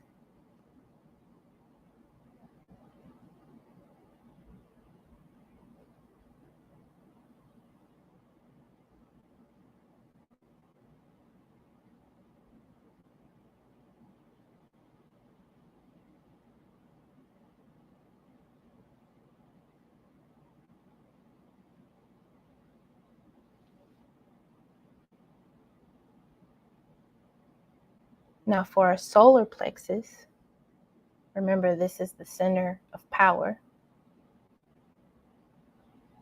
What would I do differently if I know I could not fail? What would I do differently if I know I could not fail?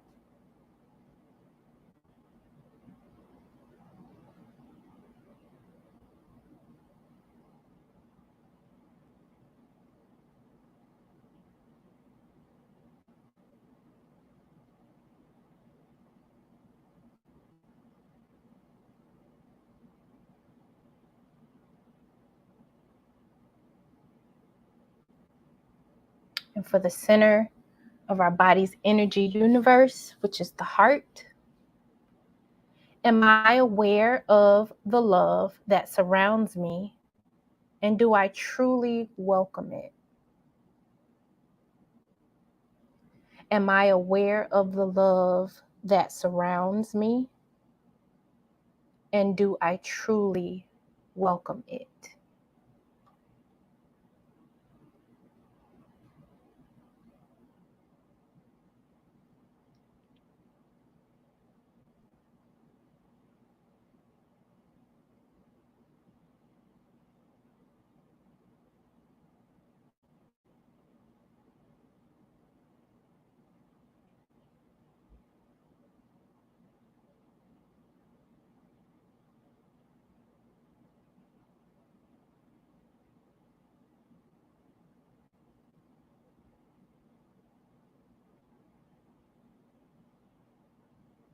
Now, for our throat chakra, or your speaker box, think of a specific person who you have always wanted to express your truth to, but for whatever reason, you haven't. Think of a person who you've always wanted to express your truth to, but for whatever reason, you haven't. What would you say to this person if you knew they would listen without judgment or rebuttal? What would you say to this person if you knew they would listen without judgment or rebuttal? I'm going to give you a little bit more time on this one because this one might be a little heavy.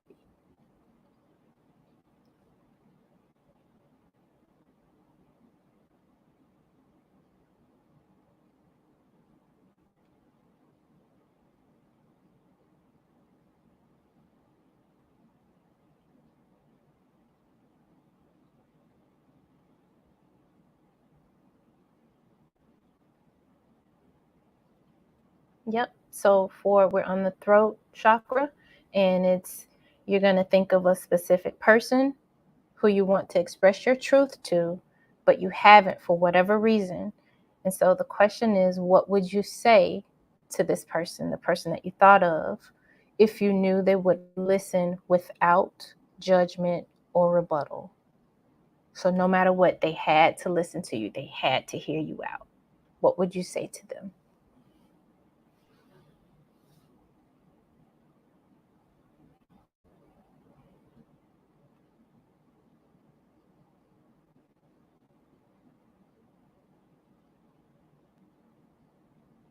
Oh, Janine.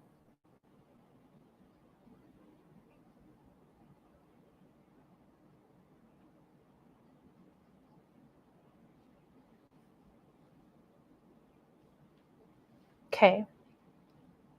For our third eye, where our intuition lives, am I able to distinguish my spirit sight from my physical sight?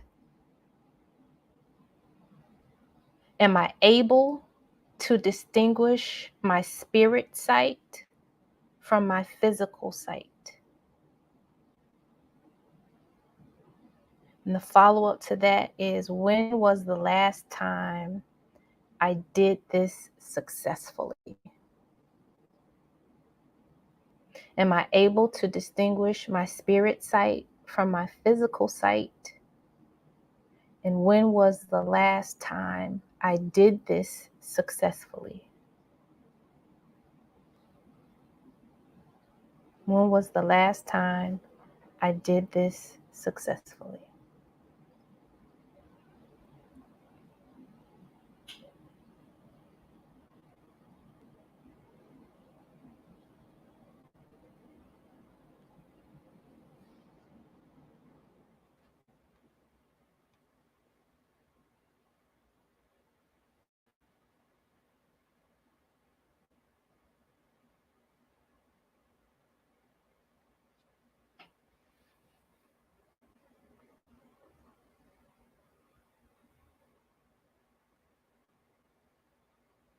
And lastly, for the crown,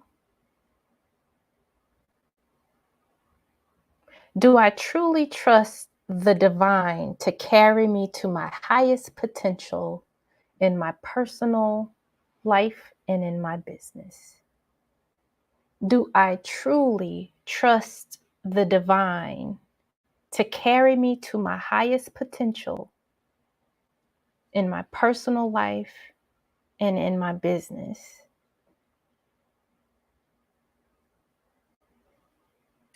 Why or why not?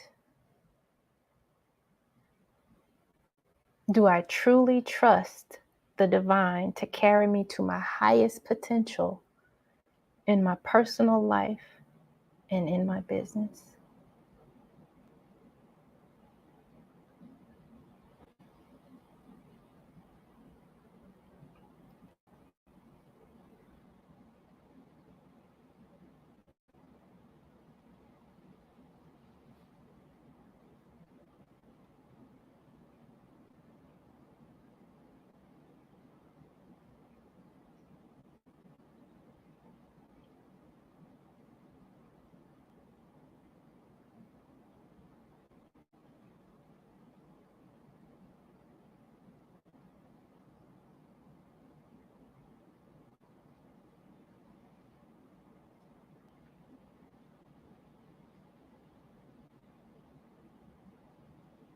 Just remember that we are made of energy. Energy has to flow. It flows through us. If there's something that is blocking that flow of energy, just like anything, if there's something blocking water, it builds up. If there's something blocking the flow in your body, that builds up, and it manifests in physical ailments, mental ailments. So whatever burden you are holding on to, release that, whether it's in your root chakra, your sacral, solar plexus, heart, wherever it is. You have to release that burden. I wish we had more time to really dig into how the chakras are so just, they're present, ever present in everything that is us. But really, when we say Black Girl Magic, we are magical. We are. We matter because we are matter.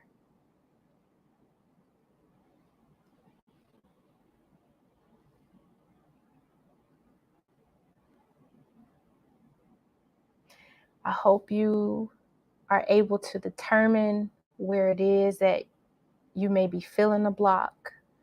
I hope that you're able to understand how these help us. When these things are aligned with us, we're able to be the better version of ourselves that we envision. We're able to show up differently. We're able to show up in ways that we wouldn't have ever even imagined. So I want you to understand, like with the root chakra, if you need help with getting that balanced, try grounding. Move forward with a gratitude mindset. Be grateful of the things that you have. For the sacral, try self-forgiveness. Release any feelings of guilt. For the solar plexus, be yourself. But this will help only if your root chakras and your sacral chakra are balanced. With your heart, you're going to have to release the hurt from the past. You have to. You're going to have to be mindful and present when you do it. For your throat, explore the morals and values that guide your choices and explore more collective learning. Actually, we always say, hey, I found my tribe. This is your tribe, yes? And so we are here as a community and we have collective memories and we can tell these stories for generations to come. So individual truth, but also collective learning and collective truths will help with your throat chakra. We are saying, speak up. Casey told us earlier today, open your mouth. That's what you have to do. Use your speaker box. If you need help with your third eye, learn to decipher between your intuition and paranoia or fear. Sometimes we be right on the money, but then we're like, maybe I'm overreacting. We are intuitive beings. You know what's up. You do. And for your crown, here we go from yesterday, practice non-attachment. Try loving people without attachment. Try loving things without attachment. We definitely don't want to be jamming to Ibadu's bag lady and she really talking about us. We don't want to do that. So I hope this has helped you understand how the blockages affect you, but also there's some resources. I've given you some resources that can help you start to no, Raketa, the third eye. So the help with the third eye is to learn to decipher between intuition and paranoia or fear. You're welcome. Thank you all. Solar, solar is be yourself. That's the one way, because the solar is the center of power and confidence. And so that, in order for that to happen and you being yourself, you really have to make sure your root chakra and your sacral chakras are balanced. Yes, heart was release the hurt from the past, be mindful, and be present.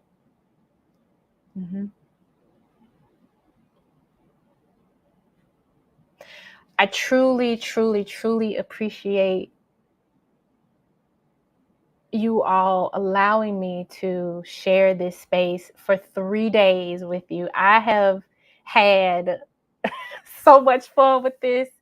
I hope I hope each of these sessions have allowed you to learn more about yourself and given you ways to just be the better version of yourself that you want to be, that you are already. She's there. We just have to catch up. So I truly, truly thank you, Casey, for finding space for me in this. And I thank you all for the the follow-ups, I've gotten a lot of follow-ups with just picking my brain, and I thank you for trusting me to be able to pour into you. Thank you, ladies.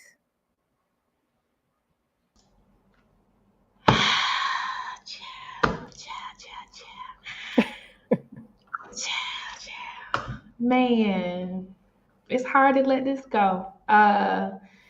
Neff, you are amazing. It's been more than an honor to watch you operate in your zone of genius. Thank you. I needed every syllable that you've spoken over the last 3 days. Man, I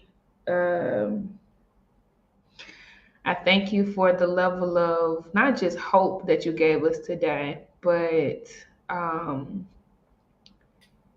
tangible ways out. Like, as I've highlighted the 3 chakras that are blocked, everything you said, and I don't know nothing about chakras. Now I do, like, makes perfect sense to me. The way out makes perfect sense to me because my intuition is like, yeah, we can do this, So I thank you. I thank you for ushering us into freedom over the last 3 days in nooks and crannies that have dust on them and spider webs, and are very cold and drafty. You have warmed it up. You've shone light on some things. You've scattered some things that have been eating away at us, and we honor you. We honor you. We honor you. We honor you. I'm just blown away. I mean that. Like, I'm beyond impressed. You are a genius in this area. You move effortlessly. Please do tell everybody about your sessions that you do. I ain't even gonna describe it. I want you to. But yeah, like, cause y'all, this is the last journal session. Now, this is not the last of what Neff does, right? So you're gonna have to go over to her community and get you some. But please do share with everybody. So just to be clear, the only time I have actively facilitated journaling sessions are in coaching sessions or therapy sessions or in group. I've never done it on this scale. So I am so overwhelmed in a good way to see how receptive people are, like how receptive you all are of this. And so I truly thank you. Thank you all for just being open to it. This gives me a little idea. Maybe I should, but again, coaching and counseling services that touch on compassion fatigue, anxiety, depression, infidelity, parenting, adopting, the specialty services are related to the mother wound. If you have a very toxic relationship with your mother, you need to see me. And for Blaze participants, if you want to come to the